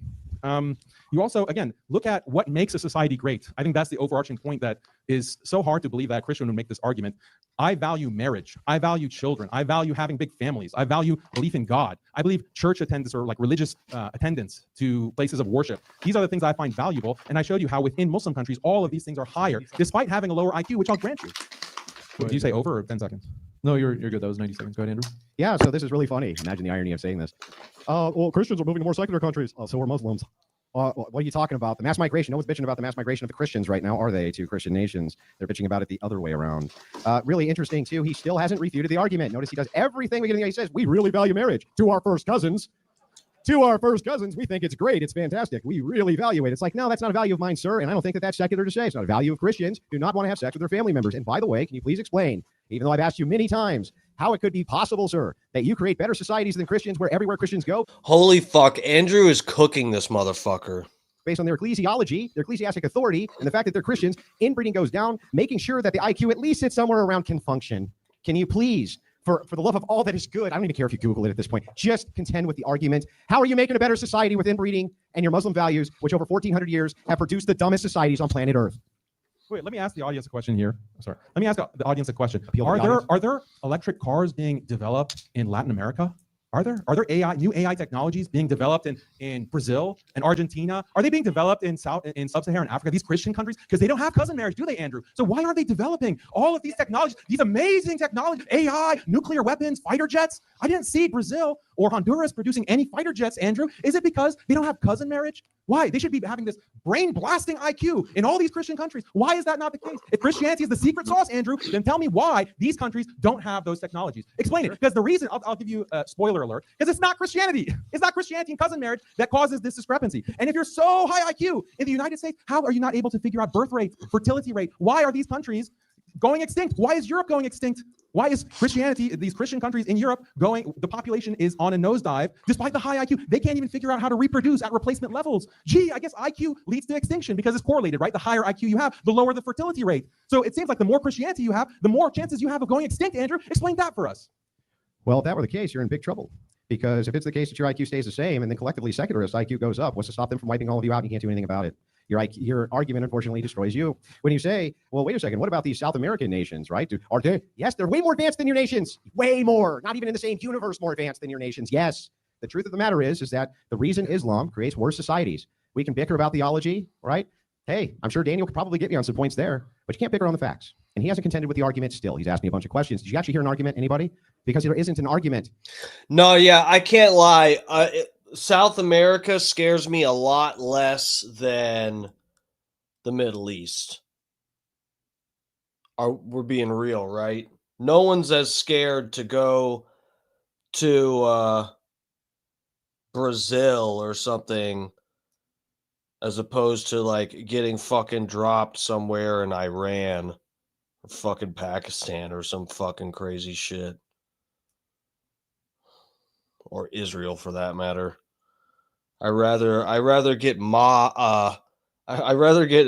mugged and shot by two guys on a moped in Brazil than be forced to go fucking kiss that wall. The reason Islam makes worse societies is because they have a doctrine for cousin marriage. Now, notice Daniel didn't say, no, you can't fuck your first cousin and marry her. No. He didn't say that because he probably believes that you should. He probably believes it's fine. He probably believes something about like it protects inheritance or something like this, right? The thing is, though, is like, can we please get an argument for how a society that doesn't at least have 100 IQ so we can have middle management isn't better than, well, donkey pull cart? That's what I want to know. And please, for the love of God, sir, when you say it's not because of Christianity, the entire historical record disagrees with you. When pagans were at 20 to 30%, guess what? It was Christians who brought that down. And by the way, in all of the Muslim shared nations with Christians and Muslims, they're always lower IQ than the Christians because they fuck their cousins. In time. We'll go over to Daniel, 90 seconds as well. Gaza is at a tipping point. The adults who are malnourished today will die. That is Gaza is at a tipping point. They're all fucking their cousins. Again, throughout Christian history, you had sub 100 IQ. throughout Christian history. It's only because of the Flynn effect in recent centuries that you have this change. So all of the criticisms that you're applying to Islam apply to your past civilization. How did you have a Christian civilization with sub 100 IQ, Andrew? Was the Byzantine Empire a S-hole? They had sub 100 IQ. How did they have a civilization without having positive 100 IQ? You can't explain that. You can have a beautiful, expansive civilization and empire with sub 100 IQ because there's other values that are significant to human existence. Values like marriage, family, God, worshiping God. You don't need to be a positive 100 IQ genius to be able to love and be devoted to God. I think that is actually more of the Christian message than this kind of IQ chauvinism that you're presenting. This doesn't seem Christian at all. This really doesn't seem Christian. You keep talking about like donkeys pulling carts. Go to the Philippines, bro. They're Christians. Go to the Philippines, go to some of these African countries, go to Botswana, Christian country, they have donkeys pulling. So they're apparently their Christianity and their lack of cousin marriage is not helping them. So this is a really bizarre argument, and all of you can laugh and chuckle it and laugh it up, but it doesn't change how stupid this argument is. If you have, okay, if IQ is this end all be all of civilization and the end all be all of progress, then why is the West going in a nosedive? All the things, Andrew, that you brilliantly, beautifully criticize about the West, the LGBTQ, the lack of marriage, that's happening in these non-cousin marriage countries. So clearly having the highest IQ, so clearly IQ is not the end all be all. Switch it over. Let's take a look at the first straw man. Did I ever say IQ is the end all be all? No, of course not. Straw man still hasn't told us how Muslims build better civilizations when they produce 70 to 85 IQ individuals who are basically only suited for basic jobs. Okay, still hasn't told us that. He can't tell you. Okay, so this, one thing I'll point out that I don't like about what Andrew is doing, I mean, he's not, I don't know, what was his response before? He did kind of respond, but I don't remember what the fuck, what he kind of, I think he kind of just explained it away, but like, I don't think the Muslim guy is saying that Andrew's position is that IQ is the end all be all. But the Muslim guy is questioning the validity of Andrew using IQ as like, a correlative data point or something, because he's bringing up these other instances for Andrew to apply that standard to, and Andrew's just going, oh well, I don't have to apply my logic about my argument about IQ and all that. I don't have to apply that to these other things you're bringing up about older Christian countries today that have lower IQ, or Christian societies in the past that had lower IQ. I don't have to contest with that because I'm not saying it's the end all be all.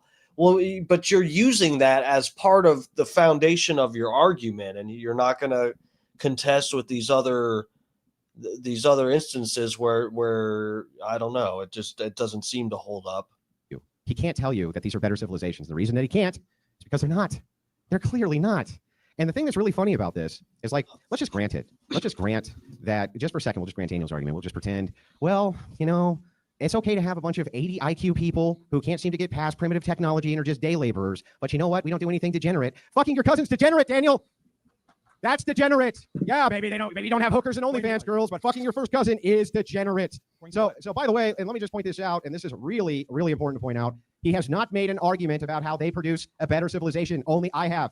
My argument is simple and still stands unopposed. Where Christianity goes, incest decreases based on canon law. Where Islam goes, incest increases based on their canon law. Therefore, where Christians go, society gets better. Where Islam goes, it gets worse. An argument would sure be swell. 90 seconds, we'll switch it to Daniel.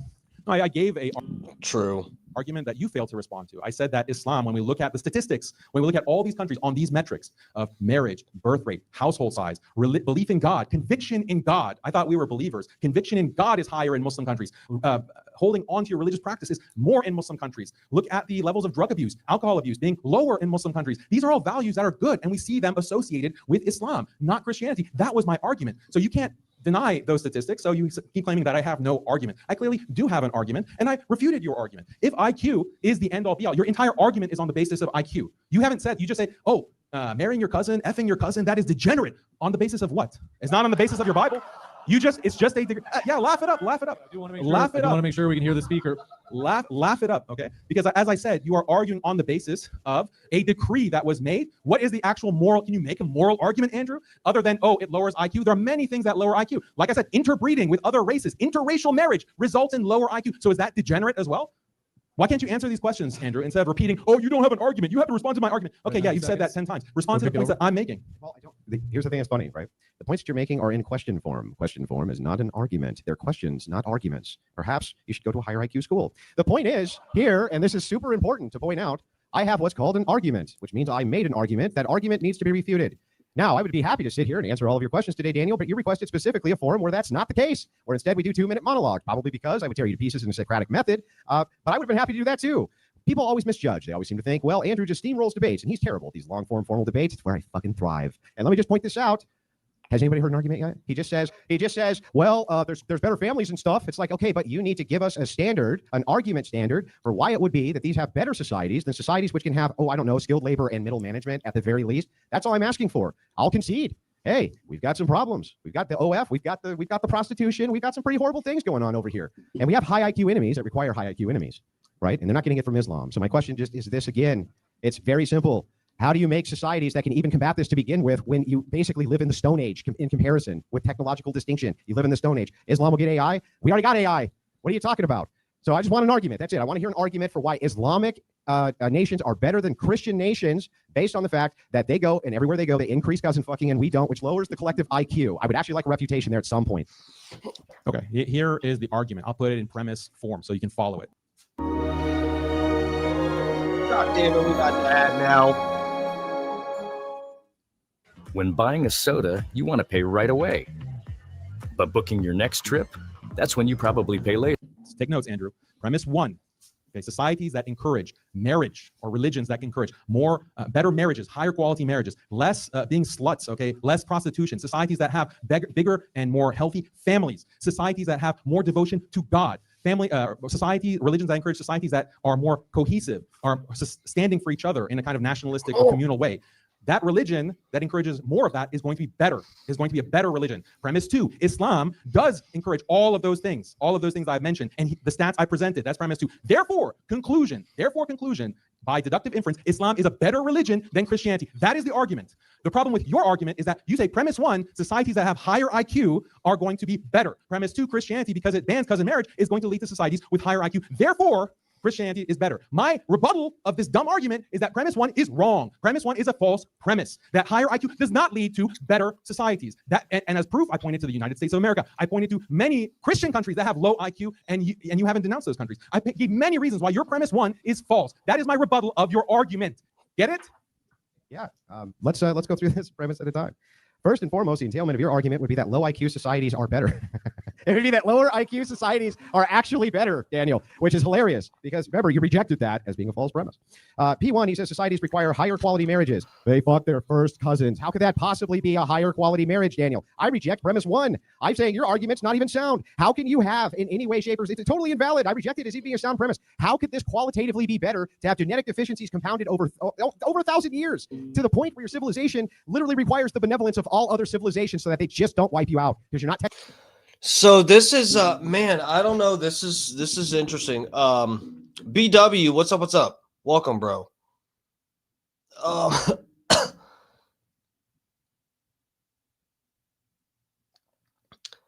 So this person just got in here. What's up? This I think this is a new person. Welcome to the stream. The stream. Sorry, this is Dark Times with Dark Match Steve. I do a nightly stream on the weekdays. So what's your name? Dingy Dawn? Bro, so look, I was just about to say, I don't know, guys. This kind of goes with where Andrew Wilson is sometimes he reminds me of Christopher Hitchens in some ways, where he has so much showmanship and is so charming and entertaining in a way that you kind of look past him sort of skipping over responding to someone's point directly or something because he'll just fucking roast them or whatever. I don't know, man. I don't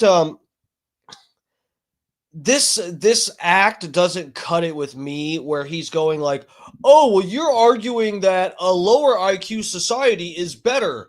Well, it's like he's not arguing that. He's putting that point aside and saying, well, the Muslim societies I think are better because they have better family values. There's more married, whatever the positive aspects he pointed out. The Muslim guy could turn around and say, Well, we look at the data that I showed. Christian societies are more secular. There's more divorce. There's more whatever. And so you're arguing, Andrew Wilson, you're arguing that a society with less family values, more debauchery, OnlyFans, and whatever, more divorce, you're arguing that a society with that is better. It sounds as ridiculous as saying you think a lower IQ society is better. It's like, and what is even better here? I mean, technologically advanced to do anything about it. You're not technologically advanced. And by the way, when I say these guys are just roasting each other. Let's just enjoy it. Technology, I'm not just talking about like lasers and phasers and guns and things like that. Remember, things like philosophy, that's a technology, right? Things like language is technology. Things like social communications and businesses and infrastructure, these are technologies. You can't have these technologies when your IQ is 70 to 85. You can't. You need to have the administrative and skilled labor. Oh no, so I agree with you there. Elbows down.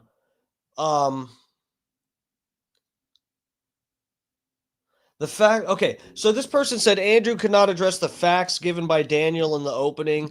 So yeah, I'm not sure exactly if you're saying there are some data points that the Muslim dude pointed to that he was like, he thought Andrew Wilson should have responded to, but didn't. I bet I think you're probably right, but yeah, I do agree with elbows down. Daniel did sort of prop up a straw man to an extent, and Andrew Wilson went kind of in his own direction. But you know, the opening statements aren't really, you know. I guess both of their opening statements, they both went in different directions, and it's both of them have, you know, whatever obligation, an equal obligation to meet each other in the middle and respond to each other's points and stuff. So I don't know. It's a good debate though. This is spicy. Class, and that requires at least 85 to 100. Most of these places don't have it, but 100 to 115, that's pretty standard for these things. So it's like, look, how could you possibly say that the societies Christians build aren't better on a single principle, that we outlaw first cousin marriage? When you outlaw first cousin marriage, you see the collective IQ begin to increase, right? And you see that these technologies are no longer unavailable. Does it say that in the Bible, not to bang your cousins?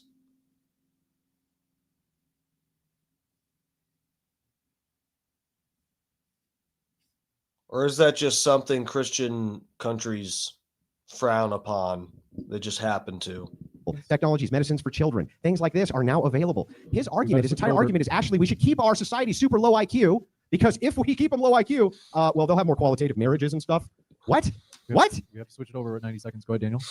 No, I didn't say having lower IQ means you'll have more marriage. You don't understand causality. So again, the question is, you had the vast majority of Christian history at sub 100 IQ. Your assumption, the premise that you're using is that you have to have a over 100 IQ average in your society to build civilization and to be functional. But this is disproven by your own religious history. This is disproven by all of Christendom prior to 1800 or even 1900, the 1900s actually. So just like Christians could have civilization for 1900 years, Muslims have also had their civilizations that were also thriving, that also had conquest, that also had arts, literature, poetry, all kinds of beautiful things that we as human beings value. It's not just IQ. You're taking this atheistic argument, which is baffling to me. Why you as a Christian would have this kind of IQ fetishism? You're not a white nationalist. IQ is not the end all be all of human existence. I am happy, I'm fine with having a 90 average IQ country that abides by traditional values, that abides by whether they be Christian or Muslim. I actually prefer the low IQ Christian countries that value marriage. They don't have degeneracy. They don't have prostitution. I value those Christian countries even when they have a lower IQ, a 90 IQ, an 80 IQ. That's they're living beautiful lives. Yeah, you can make fun of them. Oh, they have donkeys pulling their carts. You can laugh, but they're living beautiful lives as Christians or as Muslims or any other religious group. Well, I guess ignorance really is bliss. Go on. Bro, one thing with Andrew Wilson, I kind of think he does a little bit of the like trying to laugh too hard at stuff to sort of like make someone else's idea or argument seem more ridiculous. I think he plays that up a little bit. Sometimes it seems like a little bit forced. I don't know. What was I going to say? Yeah, so, okay. What the prompt was, which is best for society? Bro, man, this is such of a more complicated, the argument of saying that maybe a society that is slightly lower IQ, but they have family values and can like enjoy life. There might actually be. I mean, Andrew Wilson would absolutely just laugh that away when that's like. I don't think most people have actually considered even that argument. Like, what if you were like a society as a whole? I mean, look at the way things are going right now. We're about, just because people want cool new technology, and we just have this bug, we have this itch as the human race, and especially Western society, we have this itch that we just want the newest technology and the coolest new invention. And we think we're so fucking great with our high IQ and our new toys, and we're about to new toy ourselves into all not having any fucking jobs or a reason to live. There are like actual conservative projections that like 10 more years we're going to be in a place where it's just unrecognizable. So like, I don't know if that's an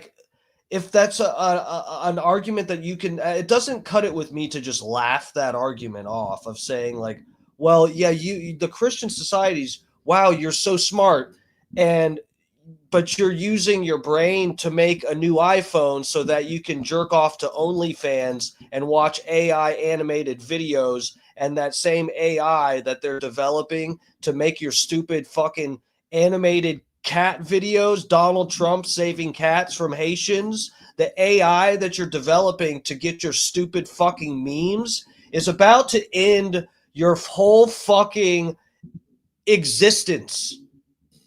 So like, which is better? The prompt for this debate is, which is better for society? I don't know, guys. Would you rather be like a little bit dumber, but you can like grow up, have a wife and kids, and die with dignity, having like, worked and supported your family and have like a life where you enjoy it, or like live as the smartest person ever and you wipe out your own race with artificial intelligence? Which is better? That was a neat moment. Slapping your dress. So look, let's point this out. Let's point this out. Let's point this out. Right? We just want to look. We haven't gotten personal with each other. We go the rest of the debate. We both got a jab in. All right, that's fair. So here's the thing, though. Right? This is still not a refutation of my argument. The historical standard is Christians had lower IQs back in the day. Yeah, and they didn't build modern civilization back in the day. Modern civilization requires professional middle management, 100 to 115 IQ, right? 85 to 100 for skilled labor. What they're talking about is just basic day laborers. These people are very low IQ. And by the way, you can even make the claim that they're really choosing Islam anyway. They can't really think about it that hard, right? So the question becomes, right, as we're kind of diving into this, I just want to point out one more time, the argument is around a singular Christian principle.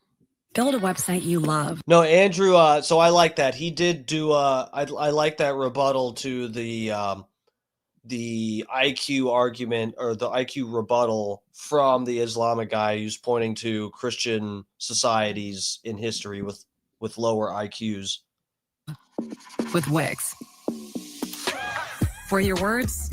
The singular Christian principle is that we're not allowed to marry our first cousins. That's in our ecclesiology. And I don't care if you're a Protestant, right? Almost no Protestants do this, right? No Catholics do this. Orthodox is forbidden as well. It's not that you can find some sect somewhere, some small society somewhere which practices it. I'm sure that that's the case, but by and large and overwhelmingly it's not. With Islam, the opposite's true. By and large and overwhelmingly they do. So we're basing this on a singular principle, which is Christian, and that's what I want a refutation for. Why is marrying your first cousin for the purpose of building low IQ societies better than not doing that?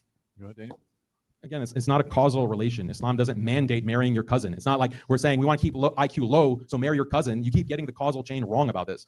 The second point that I want you to address is that when we look at IQ increasing, that is associated with more atheism. It is directly correlated with higher levels of atheism. The higher the IQ goes, the more people become atheists. This is a bad thing. I would assume that Christians would agree more atheism is a bad thing. I think that, yes, modern society is not all it's cracked up to be. I don't know if you guys have been looking around, but it seemed like I felt, at least myself, that over the past 5 years especially, first with the pandemic and now everything that's happening in the world where World War III is about to break out, I think the modern world is a dystopia. I am waiting for, nuclear holocaust to destroy us all. I don't believe in this absolute value of modern society. And therefore, I don't agree with your premise that high IQ is something. There you go, guys. We got right to where I started thinking. I guess that's I was following their little what would you call it? Their wavelength or something. But yeah, this is kind of what I'm not saying which I agree with. I really don't know, but this is where I'm saying it's not if you look around, it's not such a crazy idea that maybe it would be a good idea for this to all be slowed down a little bit. Valuable in and of itself. There are many things to point out being wrong or bad with high IQ. Again, I prefer to turn the clock back 200 years where Christians had these traditional Christian societies. Muslims had traditional Muslim societies. Yeah, you didn't have a laptop. You didn't have internet. You didn't have cars. But guess what? You didn't have to worry about your wife having to, being in college and sleeping with every frat boy in the university, and you don't even know her history because of feminism. You have like LGBT degeneracy. You have elderly who are being shipped off to old folks' homes because there's not a strong family unit to take care of our own elderly. Children are being shipped off to daycares because there's not a strong family, strong marriage, mom at home with traditional roles to take care of the children. I prefer the low IQ. I prefer the low technology society. We have to switch it over. Andrew, 90 seconds. Can I just point this out? That none of those degenerate things that he just pointed out, which I agree with him, are the cause of IQ. I think you're having the problem with the causal link, sir. Let's point this out. And this is really important to point out. One more time, he didn't condemn the argument. The argument is, how do you make a superior society which is better for society? And you know what? All you've done right now is just argue this. Literally, I'm Daniel Haqiqatjou, and I prefer a low IQ society. That's his argument. Now, look, I did not expect you to bite the bullet that you would have a preference for a low IQ society, and therefore we should continue to have sex with our family members to achieve said low IQ society. But over here on the Christian side, well, we're just not willing to do that. So here's what's really important here to remember as the argument structure goes on. Daniel is literally giving a prescription at this point. He's giving you an ought. We ought to have dumb fucking people. That is his ought. My ought is different. My ought is you being intelligent does not restrict you from Christianity or Christian ethics. And we look at the IQ differentials in Christian nations, and we can see firsthand that that is true. So the thing is these are not mutually exclusive claims. When he says higher IQ leads to secularism, I could just as easily say higher IQ leads to Christianity, because all the Christians are way higher IQ. So the thing is, it's like, which of those moral values do you not prefer? Which of them? Which of these Christians don't want degeneracy? They're fighting against it as well. The only reason you've made these successful inroads is because your enemies are so stupid that you can conquer them. And anytime you've tried to conquer the technologically advanced West, you can only do it via immigration, because you cannot collectivize to spare yourselves from the very nuclear war you're currently terrified of, because your people groups are too stupid. Over. Go ahead, Daniel. How much time do we have, James, for this? 90. To the back for this back and forth. We have until maybe it's about 30 more minutes. Oh wow. Okay, that's good. 30 more minutes. So, 30 more minutes of Andrew saying that Muslims are dumb. Okay, that's great. I'll try to be more substantive. I'll try to be more substantive than that. So just listen to this. Okay, so let's get into we have enough time to actually get into the IQ science. So first of all, Andrew, I'm not sure if you know this, but IQ is more highly correlated with race than it is with cousin marriage. So race, if you want to make this kind of IQ supremacist argument, then it will quickly become racial. And if you want to make that argument, just be very clear about it. Does Christianity, like your worldview, promote higher IQ races and everyone being at the mercy of those higher IQ races? You keep making a might makes right argument that, oh, Muslims are at the mercy of us high IQ Christians. Okay, well, then there are races that are higher IQ than others. So are the higher IQ races practicing benevolence by not wiping out the lower IQ races? I wanted to hear Andrew's response to this. I've been waiting for this. That seems to be what your standard. Let's lock in. Your morality actually entails pretty directly. So that please address the race issue. I'll give you a chance to respond, Andrew, but I do want to be sure that this doesn't veer off topic too far. Yeah, so I mean, that's really simple to address. It doesn't really matter. It doesn't really matter if that's a correlate. You know what else is a correlate? Fucking your first cousin. That's a correlate. That's a massive correlate for lowering IQ. It wouldn't matter if it was inherent. Let's just say, for instance, that white people had higher IQs on average than the average Arab, right? Let's just say it for the sake of a hypothetical. It doesn't actually matter that much, because we know one thing that's going to bring the IQ down: fucking your first cousin. So the thing is, since that is the case, and it's objectively the case, right? I can still make the prescriptor that your societies would be a lot better off if you had 85 to 100 skilled laborers, 100 to 115 IQ professionals, at least in middle management, at least. And you said it yourself. Right now, you're terrified of nuclear war. We are terrified of nuclear war all around the nation, right? Or all around Muslim nations. You're probably terrified of Zionists who are right in your own backyard. I get all of that, Daniel. But your people group aren't smart enough to defend themselves against these people. Christian nations are. We're smart enough to defend ourselves from people groups who want to wipe us out, like yours, right? So that's... I don't blame him, but it's a little bit disappointing. I wanted to hear Andrew Wilson bite the bullet on the race eugenics deal. That's what's important here. The reason why you need to at least have an IQ that's above, I prefer lower IQ, 70 to 85. The reason you need that is because you need to be able to defend and protect yourself. You can't have these strong families he's talking about if you can't defend these strong families he's talking about. You can't have. Bro, he doesn't, dude. Kenny, he doesn't deny it. So the incest thing is really true? Dude. He didn't even try to explain. Bro, it's wild, isn't it? It's wild. So when what I was arguing about, I'm definitely not, pro. I'm definitely not pro, like saying, oh yeah, Muslims and whoever Christians should be banging each other's cousins so that their IQ goes down. That is not at all what I hope no one got that impression. If you did, you're being less charitable than Andrew Wilson has been this whole time, or you're retarded yourself because you fucked your cousin or your mom fucked her cousin. Anyway,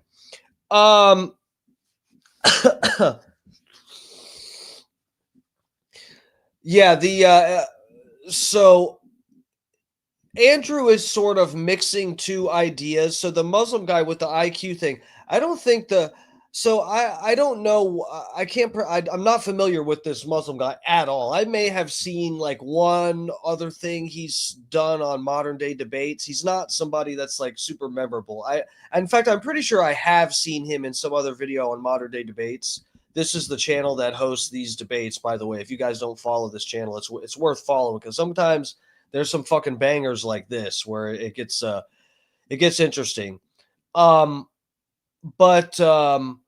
yeah, so I'm not really familiar with the way this guy's head ticks, the way he thinks, and I am fairly familiar with Andrew Wilson.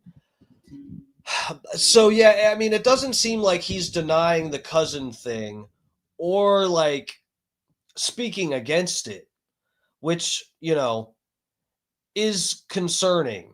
I mean, it just I'm not a religious person. I think probably having babies with your cousin is not the best idea. I mean, you can talk about IQ. There's all kinds of other problems, if I'm not mistaken, that can come up because of that. So I mean, you at that point, you could probably argue this to an extent with IQ as well, but with other issues that may come up because of a shallow gene pool, you're bringing into the equation the suffering of a human being because you wanted to fuck your cousin and make another human being through that method, and it ended up coming out fucked up.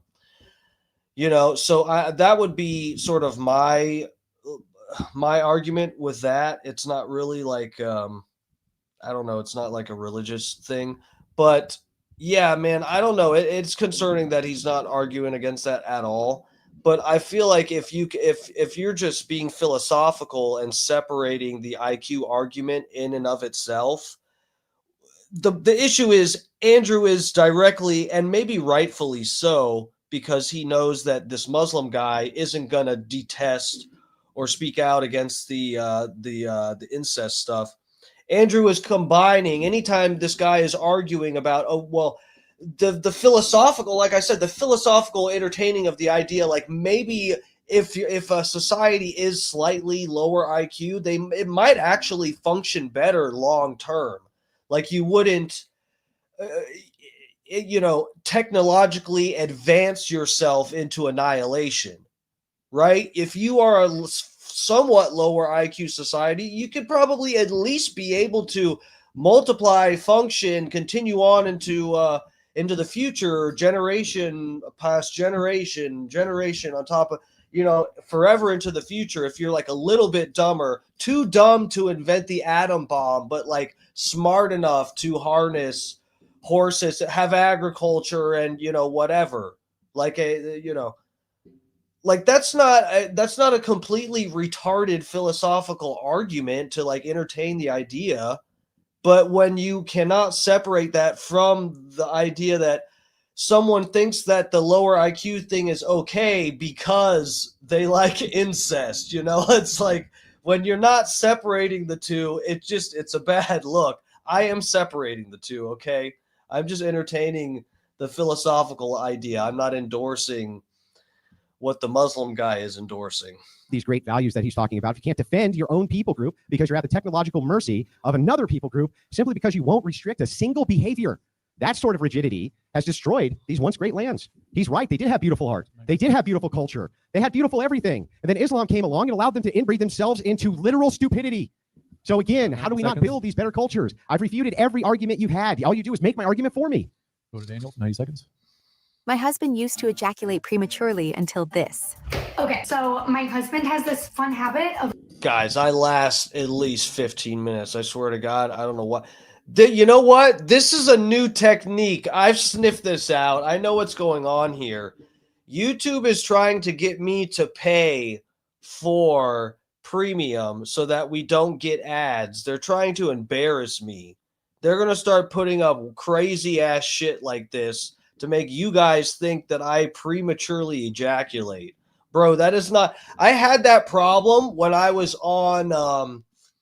when I got off of Zoloft back in like high school. I did have that problem, but I don't have that problem anymore. I got no problem, bro. I woke up with a absolutely rock hard morning wood. I was in bed. It was like 6 something in the morning, and I wake up and I'm just like absolutely camping with a tent pole. And I was like, it was like throbbing and pressing against my underwear. I had to take my underwear off and just let the thing breathe, you know? I was like, Jesus Christ, it's not going away. And I was like, I think it's because my underwear is like restricting it. And so it's like just making it harder. And so I took my underwear off. I was like, breathe, dude, breathe. We're sleeping like at least another hour. Just relax. So, yeah. Is on. So then also the other factor, you didn't really address the race issue and the logic of your argument that we have to promote races that have high IQ, or we have to accept that higher IQ races can dominate the lower IQ races. Guess what? You want to talk about Israelis dominate. Hey, you know what? Elbows down. That's where I'm getting at. He said, I saw this retarded kid playing in a mud puddle once. He was having a blast. We need a whole society of people like that. We all need to just live like that. Right? Retarded people are just always having a fucking blast, dude. Palestinians because of low IQ. Guess what? Which race actually has a representative that controls every member of Congress, like a handler, like an AIPAC handler? What race are the AIPAC handlers that are controlling Congress? What race are they? Are they white Christians, actually, Andrew? Because it seems like 300 million Christians can't take care of just maybe a handful, 10 million of that one particular race that has a death grip over your country. Maybe address that, Andrew. This is death grip. Elephant in the room, and then tell me about IQ. The other point that I want to make is that do I have to spell it out? Yes. Yeah, they're called Jews. They're called Jews, Andrew. It's called there are only 10 million of them. There are 10 million of them, but they seem to have a lot of control. Yeah, the thing about Israel is that they're able to dupe dumb Christians to support wars that are going to bankrupt America. And oh my God, he has a point. Cause America to really collapse so that they will have wars in the Middle East, killing Muslim brown people because you Christians. I'm just kidding. Apparently, by your argument, Andrew, are too stupid to realize that they're being destroyed by this one particular group. Gee, that's really high. That's really brilliant, Andrew. So actually, hang on, it's my turn. I'm done. Actually, it is really brilliant. Notice how Daniel is banking on the benevolence of Christians to save him from a higher IQ people group, just like I said he would. Banking on the higher IQ benevolence of the higher IQ people group to save him from another higher IQ people group. Isn't that wild? It's almost like I predicted everything you'd say before you said it, because I did. This is very simple, right? His entire argument here that he's giving you right this second is, let's talk about how these higher IQ people groups are controlling you, the people I'm appealing to right now, to please stop them from dominating our entire region. 10 million against a billion. Dominated completely. And they have to appeal to somebody else to protect them because you don't have the requisite IQ or technology to protect themselves, and that's that. And that's why you have to have at least some sort of minimum IQ to have some sort of civilization, which can at least contribute to your own nations and people groups' protection. How could that be a worse standard? He wants to make it about race. He knows it's a red herring, right? It doesn't matter. It doesn't matter if your race has the potentiality for, like, let's say 100 IQ. Let's just say that was the case. It was just stagnant at that for some reason. Then why would we want to reduce it below that? Why? That's the dumbest thing that I've ever heard. So again, he makes my argument for me. Yes, he's appealing to the benevolency of Christians to save him and his people group. That should be the fucking, I wish you guys were smart enough to get it. That if that was the case, that you understood this, right? That you're appealing to a smarter people group to save you from another people group. That's why you guys have to get your IQs collectively higher. And you just said you prefer lower IQ societies. So to Daniel. I didn't appeal to anyone's benevolence. I just pointed out how you're being used, how you're being treated like low IQ donkeys by a higher IQ race. That was my point. Like, I know you want to avoid acknowledging the point that I made very clearly, but the audience does. The audience understood what I was saying about that.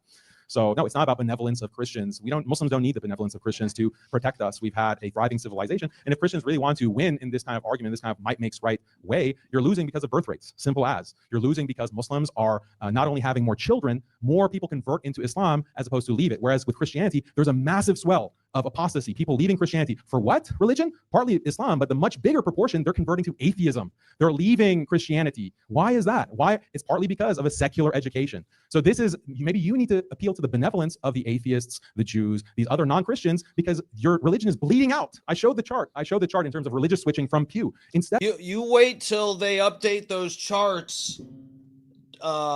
You know, since Charlie Kirk got shot, Christianity is it's popular again. You see more people.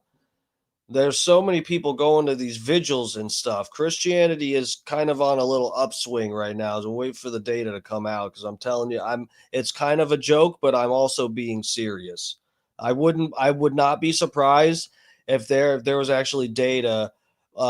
You know, in like next year, they're gonna have done like a bunch of fucking you know, Pew polls and bullshit, and they're gonna be like, oh yeah, after Charlie Kirk got shot, Christianity basically, like, you know, the church you know, members doubled and fuck it, you know, whatever. of grandstanding and trying to puff out your chest, address these real problems, because there's not going to be a Christianity in 100 years if trends continue. And part of it is because of IQ. Ironically, part of it is because of IQ, because higher IQ is associated with higher atheism. So yeah, you're going to have people who will enjoy electric cars, maybe even flying cars and AI, but they're not going to believe in God. Switch it over. What's really interesting here is just pointing out that, once again, he's making the same. Bro, am I crazy, or it might not even be just the Kirk stuff? But I don't know if Kenny's agreeing with me. I feel like Christianity is on a little bit of a upswing, and you know, I think Charlie Kirk, what happened to him, probably does have a little bit to do with it as of late. I feel like you see something like that, and if you're someone who was kind of like, you know, identifies a little bit with being a Christian, but you're not a church-going person and whatever, and you see that shit, and I bet that, you know, gets you to go to church. That's just right there is just a cold reminder of how fragile life is.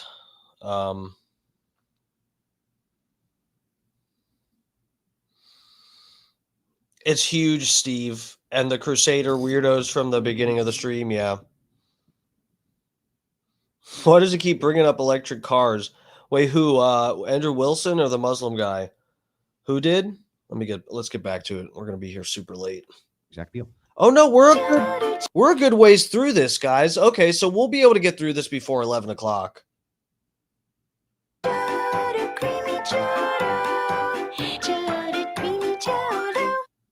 Starving. Some call it picky. No tomatoes. I got you. We call it perfect. The appeal. We're not making an appeal. We're not making an appeal.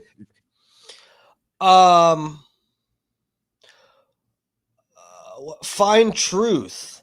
I think this might be a new person. Welcome. If you're a newcomer, how's it going? Thanks for getting in the chat.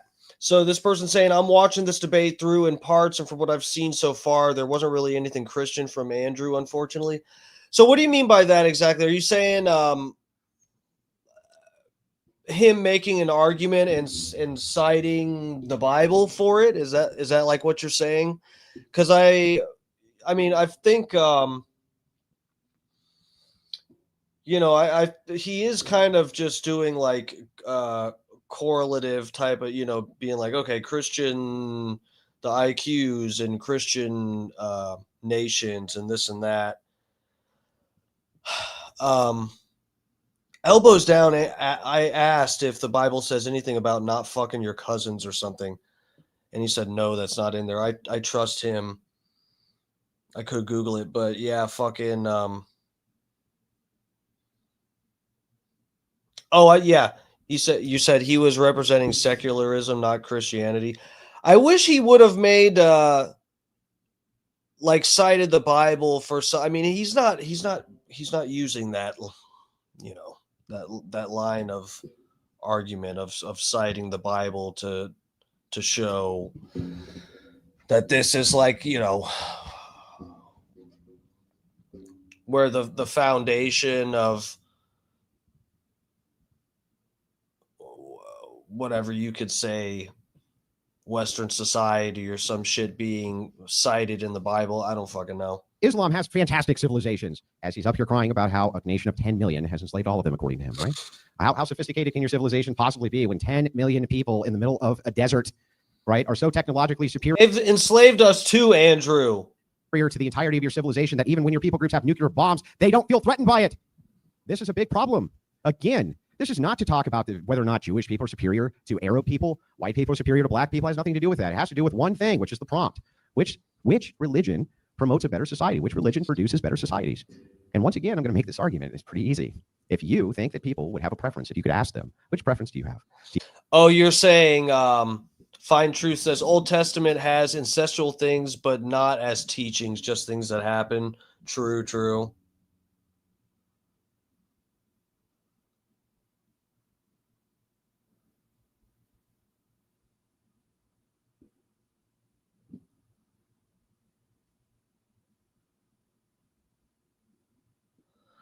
Elbows down, you're saying to not like the sort of anti-incest trend or whatever within Christianity. You're saying it's like human-based doctrine, like living doctrine or something. It's not actually in the Bible, but it's like, you know, basically a part of a practice Christianity or something, right? You have a preference to live in a society where 65% or more of the people are inbred, or do you prefer to live in a society where that's not the case? And you're a Christian, I think you would answer yes. And I think if you were an honest Muslim, you'd answer yes too. And why? Well, it's because you still want medicine for your kids. You still want to be able to drive on roads. You still want to be able to have basic infrastructure, skilled laborers, professionals, things like this. And it's not that there's not many Muslims who aren't. There are. But there's not enough to meet the demand because they produce really stupid societies. And it's because of this reason. So it's like he just keeps on begging me to answer his questions about degeneracy, which has nothing to do with the debate. We're talking about which society is better. Yeah, degeneracy has to do with society, bro. Degeneracy has a lot to do with society. It's like pretty much your entire platform talking about degeneracy ruining society. So like the technology that the West has achieved, you're saying that, well, look at all these Muslims, the biomass is at the mercy of all these technologies, the fighter jets, the nuclear weapons, whatever. But that technological progress is victimizing all of us. We're all a victim. It doesn't matter if you're Muslim, Christian, Jew, Hindu, we all are facing this massive transhumanist behemoth, this hegemony, and it's threatening to destroy the human race. Do you see the interview that Peter Thiel did with the New York Times? And he's talking about like the Antichrist, and he's being asked by the interviewer, do you think the human race continuing is a good thing? And then Peter Thiel, he's this billionaire, actually paused for a second, and it took him a while to answer. And when he finally did answer, he said that, well, you know, the human being in its current form, I don't know if that's something worth preserving, because they're transhumanists. They want to see a future where human beings are bionic. You have genetic engineering to actually have tailor-made babies based on people's preferences. You have uploading the consciousness to the cloud with Neuralink, Elon Musk's Neuralink, all of these crazy technologies that are going to be imposed on us. Remember the whole thing, you will own nothing and you will be happy, get in the pod, eat the bugs. Remember all of this agenda, especially after COVID, that they're rolling out. That's because of technology. That's because of high IQ people like Yuval Harari, this Jewish genius who is telling, hey, you don't need to own anything to be happy. We're just going to give you porn and we're going to give you drugs and you're going to live in the pod, and that's going to be the future. That affects all of us. So it's not just Muslims who are the victims of this technological future. We are all victims of that dystopia. Let us point out here that this is very important again, that everywhere Islam goes, regardless of the people group, the IQ goes down because of this. The Muslim guy kind of cooked for a second, I won't lie.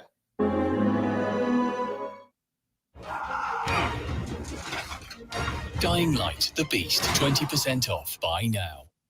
Let us also point out that that's not racial. That's every group. Every group that goes into anything to do with Islam, you end up with the IQ collectively lowering due to inbreeding. In order to oppose these very same technologies that he's proposing, transhumanism, things like that, you have to be able to make structured arguments, have reason. You have to be able to actually engage with these people. And if you can't do that, if it's the case that they have such a technocracy full of phaser guns, you got no fucking chance anyway. You have to at least have a high enough IQ to protect your people group from the very people you are claiming right now have a technological edge, which is Star Trek compared to the Apollo 13. Okay, so I just was kind of thinking for a second, and we'll get through this. I won't talk too much more, so we can. I want to see the Q&A. I'm praying they have a live audience. They're going to do a Q&A, so they have to. There's not that much time left, though, right? Yeah, they'll have at least 15 minutes Q&A, something like that, probably. So, so this is like what I was thinking. Okay, so Andrew Wilson, this is fair, but these guys, I'm like not even smart enough to hardly keep up and explain this with how I'm breaking this down in my head. So Andrew Wilson is rightfully making this this counter argument to the IQ thing. So the way the Muslim guy is coming at the prompt, let me explain this real quick. I see where they're kind of talking past each other slightly. The issue is the Muslim guy is sort of coming at the prompt. The prompt is, which is better for society, Christianity or Islam? And if you're and let's stick with the IQ thing here. So the Muslim guy is coming at it with the thought of, okay, well, if you were to have a whole of, this isn't exactly what he's saying, but I'm just stick with me here. The basic idea is that if you had a whole, and this is like what I was saying a minute ago, if you had like an entire, let's say the entire human race, all of us practice one religion, okay? And it had to be either Christian or Muslim. And if you stick with Andrew Wilson's argument here that the Christian one would have an increasingly high IQ, the Muslim one would cluster lower or something. So the Muslim guy's coming to it with like, okay, so if it was the whole of society that were Muslim and maybe their IQ's a little bit lower, there would be less of course, banging your cousins and whatever is arguably degeneracy, but he's like arguing there would be less degeneracy of like the OnlyFans type of shit and this transhumanist bullshit and the AI ending every fucking job and use for a human life on the planet. That's like where he's coming to. Andrew Wilson is approaching this by saying, well, and rightfully so, but it's two different arguments that I feel are probably both kind of right, but they're coming to it from a different place. Andrew Wilson's coming to it with this is reality that we have different religions on the planet, and if the issue is, yeah, maybe a lower IQ society in general might be happier and function better long term, as long as it doesn't have to deal with a higher IQ society. That's the thing. He's saying, well, your lower IQ society won't even make it because it'll just be, obliterated, overpowered by a higher IQ society. So that's where these guys are kind of talking past each other here. So if that's the case, he still hasn't told you how having a low IQ is actually going to demonstratively help their people group at all oppose these types of technologies when the very secularists they claim are just gaining an IQ, because us dumb Christians, we just can't help it. We become secularists the second we get too smart, right? That's a big problem for them again. They would still need to value IQ being raised just enough to protect their people group, even if it was the case that Christians became secularists, even if that was the case. So always his argument goes back to low IQ equals benevolency of other people group, because you can't defend your people groups. You can't defend your peoples. You can't do it. We have an ocean between us, and only one of us is capable of attacking the other. And that's because of the massive distinction in technological prowess and organizational skills, which you're going to find with intelligence. And it's not a thing which is valued by Islam by his own admission. How could we not have better societies based on it? How? Switch over. Again, the benevolence argument. The only reason that you, Andrew, are able to have a platform on YouTube is that the benevolence of a bunch of atheist, God-hating secularists. That's the only reason you have a platform. They could ban you tomorrow. They say, yeah, this guy is flying too close to the sun. He's a little bit too hateful, and they ban you. Your entire ministry, your entire outreach is based on the benevolence of these God-hating atheists, people like Elon Musk, people like Peter Thiel. This is a problem for everyone who believes in God, not just Muslims. And I want everyone to recognize this fact. If IQ is the end-all be-all, the way to maximize IQ is transhumanism. It's to actually genetically engineer human beings to have higher IQ, because IQ has a genetic basis, right? So the number one way to raise IQ is through genetic engineering, transhumanism. Tomorrow, if Wow, that's funny. We're like in a paradox, guys. Look, if you're a little bit dumber, you're like, you don't lead towards transhumanism and you live happier, but then the other people in society do lean towards that and get smarter and become transhuman, and then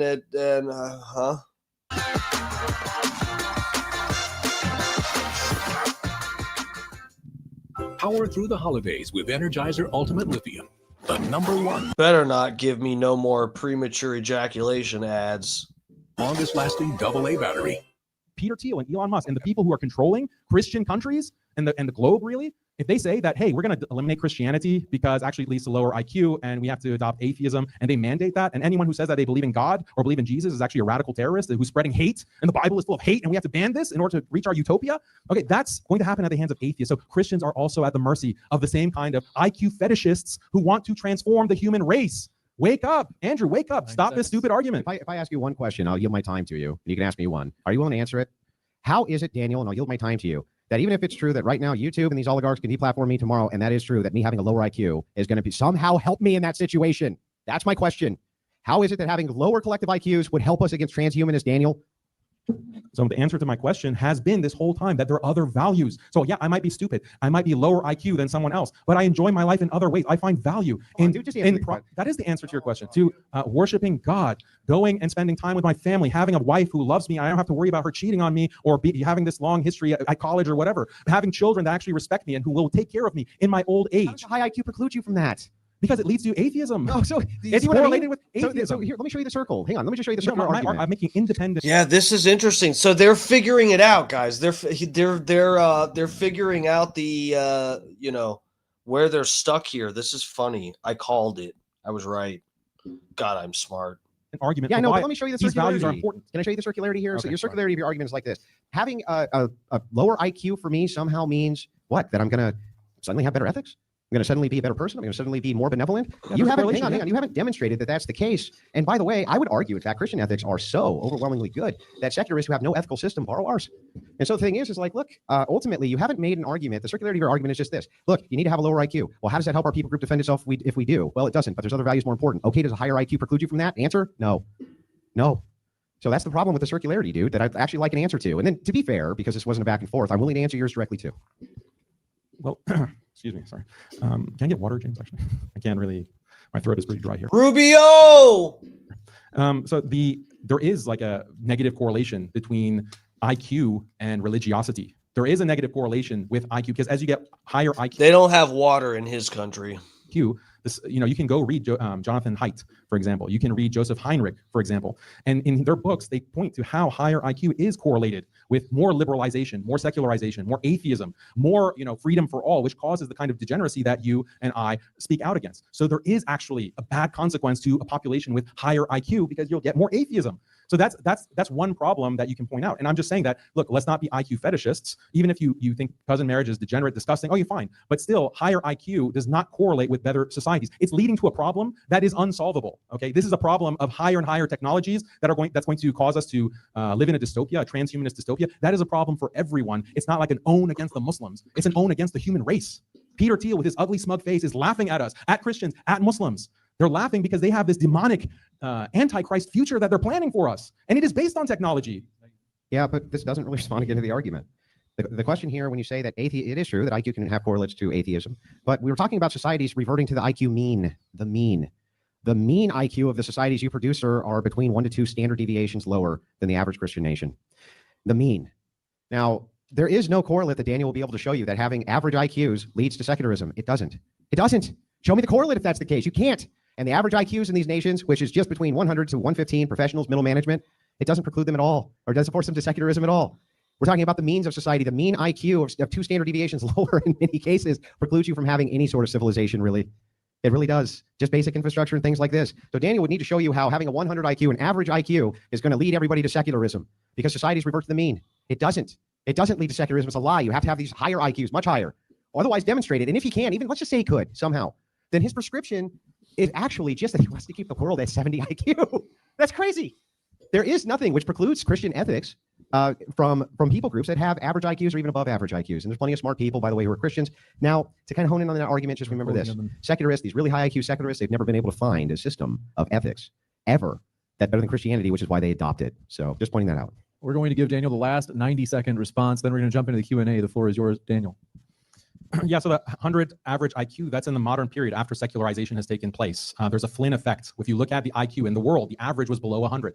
The average IQ globally was around 80 in Christian societies and Muslim societies. That was the global average. Secularization is through like secular education and the Flynn effect. This is what has increased IQ so that the average is now at 100.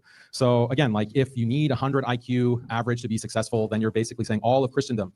Damn, look, we got a lot of people in the Q&A line already. Here we go.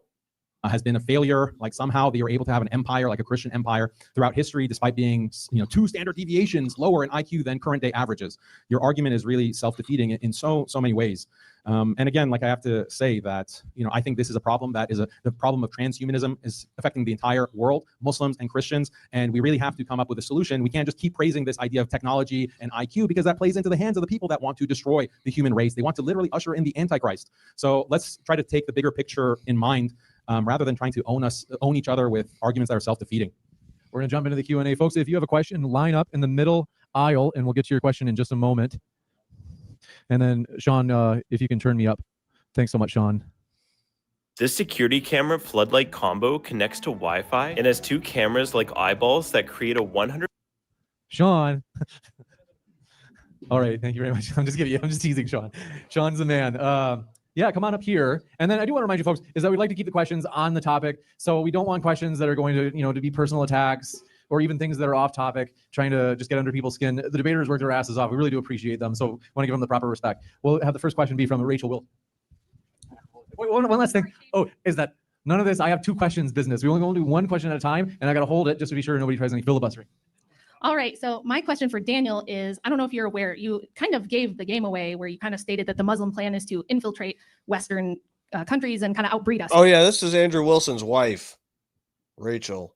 Right, if you can't beat them, outbreed them. But I don't know if you're aware of the fact that when Muslims emigrate to Western nations, they still marry their cousins at about the same rate, but within 1 to 2 generations, their birth rate is just about on par with all of us in the West. So how's that going to turn out for you guys, do you think? I think you're referring to like another debate.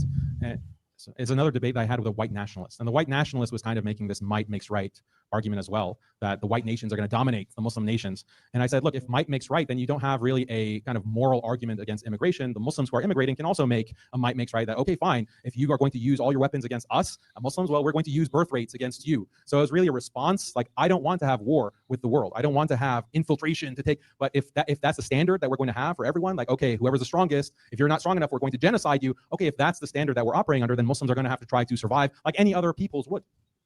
So my question's actually for Andrew, but I would like to hear your response as well, Daniel. Andrew, I'm sure you're familiar, but we have this tradition in the West where the man typically goes to the father and asks for the daughter's hand in marriage. If your nephew came up to you asking this, would you permit it? No. Daniel? Sorry, I didn't understand. Your nephew, can you repeat that? So we have this tradition in the West where the man... Oh my God, this is funny.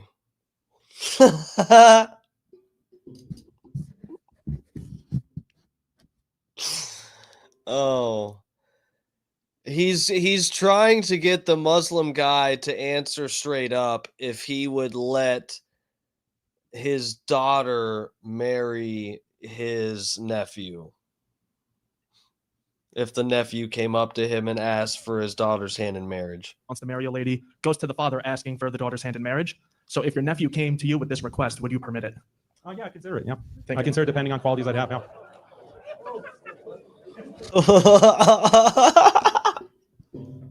I mean, this is something if Jesus was also like the church fathers living, Folks, at early centuries. Folks, I do want to ask, just so the other people that are listening to the speaker can hear, I just want to ask if you keep the conversations down to a minimum. So as I was saying, like in the early periods of Christianity, if some Christian father was asked, can I marry your daughter? A nephew comes and asks, he would also say yes. It was only later in Christian history that was considered to be incest and was outlawed. And actually what the outlaw of cousin marriage didn't extend just to first cousins. Like, I don't know if you realize this. It extended to second, third, fourth, all the way to seventh cousin. That's how much the church, for some reason, decided and decreed that we don't want any kind of cousin marriage. But that had a big impact on the size of like the average family size. It had a big impact on religiosity and all kinds of other factors. I highly recommend you read the book of Joseph Heinrich, who has a thick volume talking about this. He actually makes an argument that cousin marriage is associated with the rise, like banning cousin marriage is associated with the rise of technology and IQ. So it's right up Andrew's alley, but this is not necessarily a good thing for the reasons I explained. Ready for you. This one's for Daniel. Andrew has established at the beginning of the debate the causative chain to lower IQ is inbreeding. Now, the inductive case is going to be Islam both allows and often promotes inbreeding that's causing lower IQ. What in Christianity is causing them to be a lower IQ so that we can compare these two? Well, one example I gave in the debate is interracial marriage. So interracial marriage can also contribute to lower IQ. If anything that lowers IQ is something that's bad, then Christians and Andrew should be against interracial marriage as well. That's one example. He didn't really respond to that, but that's another thing highly associated with lower IQ. Also education. Secular education is associated with higher IQ. Religious education is correlated with lower IQ. So you'd also have to insist that people go to secular education instead of religious education if your only priority or your main priority was increasing the IQ within society. Well, but that's not the main priority, right? The idea is not that this is the main priority. The idea instead is which one makes for better societies, and we can point to a correlate for why their societies are not better. He keeps on strawmanning the position and saying this is this is the only thing you care about. It's not. It's not. My question is for you, Daniel. Using and maintaining AI requires a massive energy source and infrastructure in order to be used. If Muslims plan to use AI to make up for your retarded nations, how do you plan to implement the infrastructure and build the necessary power to use AI when you can't even build your own technology? You buy it from middle management nations. And by middle management nations, in this case, I mean, you might not understand, I mean high IQ nations. Here, let me paint you a picture there. So you have your high IQ nations, and they have the AI, and they have their power sources, and you have the Neuralink, and everyone is plugged into the cloud, and you're like plugged into the masturbation machine with your nonstop virtual AI porn that you're addicted to, and that dopamine is surging. You're in a constant state of euphoria. And then guess what? The Muslims, the low IQ idiot Muslims that have been living in the desert with their donkeys, they're going to come and they're going to slaughter all of these people hooked up to the masturbation machine. They won't even be able to stand on their two legs because their legs have atrophied to such an extent that they can't even walk. That's the future of the West. That's the future of the high IQ. The horde, the biomass of Muslims are going to come with their swords because they don't have the high IQ necessary to actually develop guns and manufacture them en masse. They're going to come and slaughter all of the high IQ geniuses. That's the kind of future, right? Right? I think there's one clarification. So I wasn't talking about like how we get to, where AI is or what you're planning to do with it. You said you were going to implement AI to combat. So how are you going to utilize or build these infrastructures for the AI? That was my question. If you don't know how to. No, the point was that you can have nations that give access to Muslims that are not aligned with the West. So China, for example, has its own IQ or AI facilities that they can provide and as a way to battle Western hegemony. And you have contracts that exist between China and these Muslim countries for energy. Like where is China getting its energy? It's not mainly coming from mainland China. They're getting it from the Middle East, from Muslim countries. Okay, so there is a quid pro quo economic agreement to give access to those technologies to Muslim nations.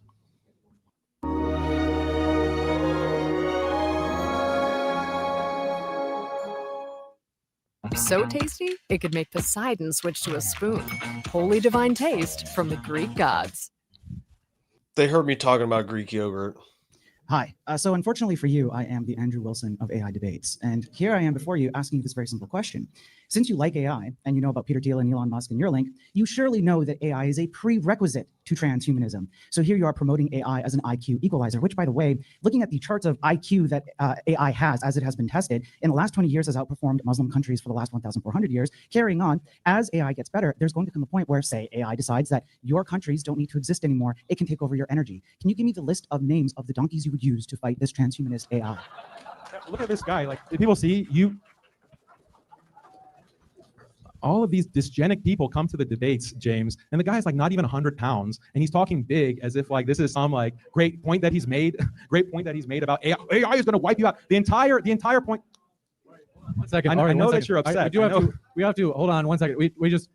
All right, the questioner jabs, so Daniel's gonna jab a little back. We gotta give him a chance to speak, though. We have to can't handle it, James. They can't handle me to mock them. Okay, so again, as I mentioned, the kind of technology that's being developed is going to destroy all of humanity, not just Muslims. I know you have a fetish for seeing brown people being exterminated. Maybe, I don't know. You looked like you were pretty excited there about other people being exterminated. But the wider point was that technology is also going to come for you. Maybe not you. Maybe you're in bed with the Peter Thiels of the world.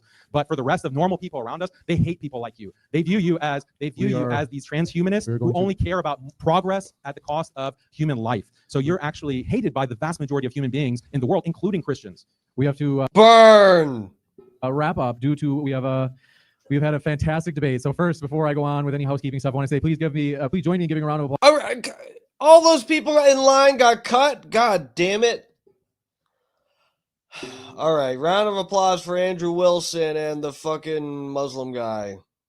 Daniel Haqiqatjou. He sounds like a Pokemon or something. That's cool. All right, guys, I got to get out of here. It's almost, yeah, it's 11:45. But yeah, that was interesting. That was interesting. Let's do tomorrow. Let's also find something Christian versus Muslim. How about that? No, I'm kidding. I'm over it. I'm totally over it. No, I got something fun planned for tomorrow night. Hopefully my day at work isn't too fucked. Dude, I had to work like fairly late today. I was not feeling it. Oh my god, I probably got a long day tomorrow. Oh my god. All right, lovers.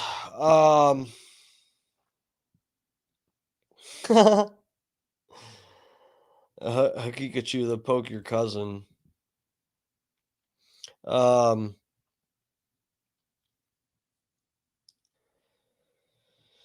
Fine Truth, thank you. Thanks for hanging with us, bro. Yeah, check out the stream some other nights. We cover all kinds of shit on here. I'm always just finding some crazy bullshit to talk about. Add the small hats and Jay's rock. Bow, bow, bow, bow, bow, Jews rock. Yes, come back. You're always welcome.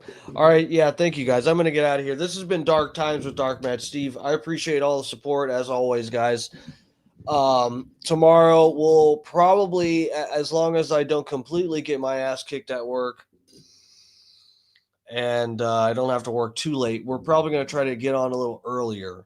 Friday nights, Scott Starbird takes the night off and enjoys his life with his family and stuff, which I don't have. So I'm going to be sitting right here. Okay. Don't you worry. I'm going to die alone and it will be streamed. No, so yeah, we'll get into something fun tomorrow night just for a little bit. I do have plans for tomorrow night. But it's not, we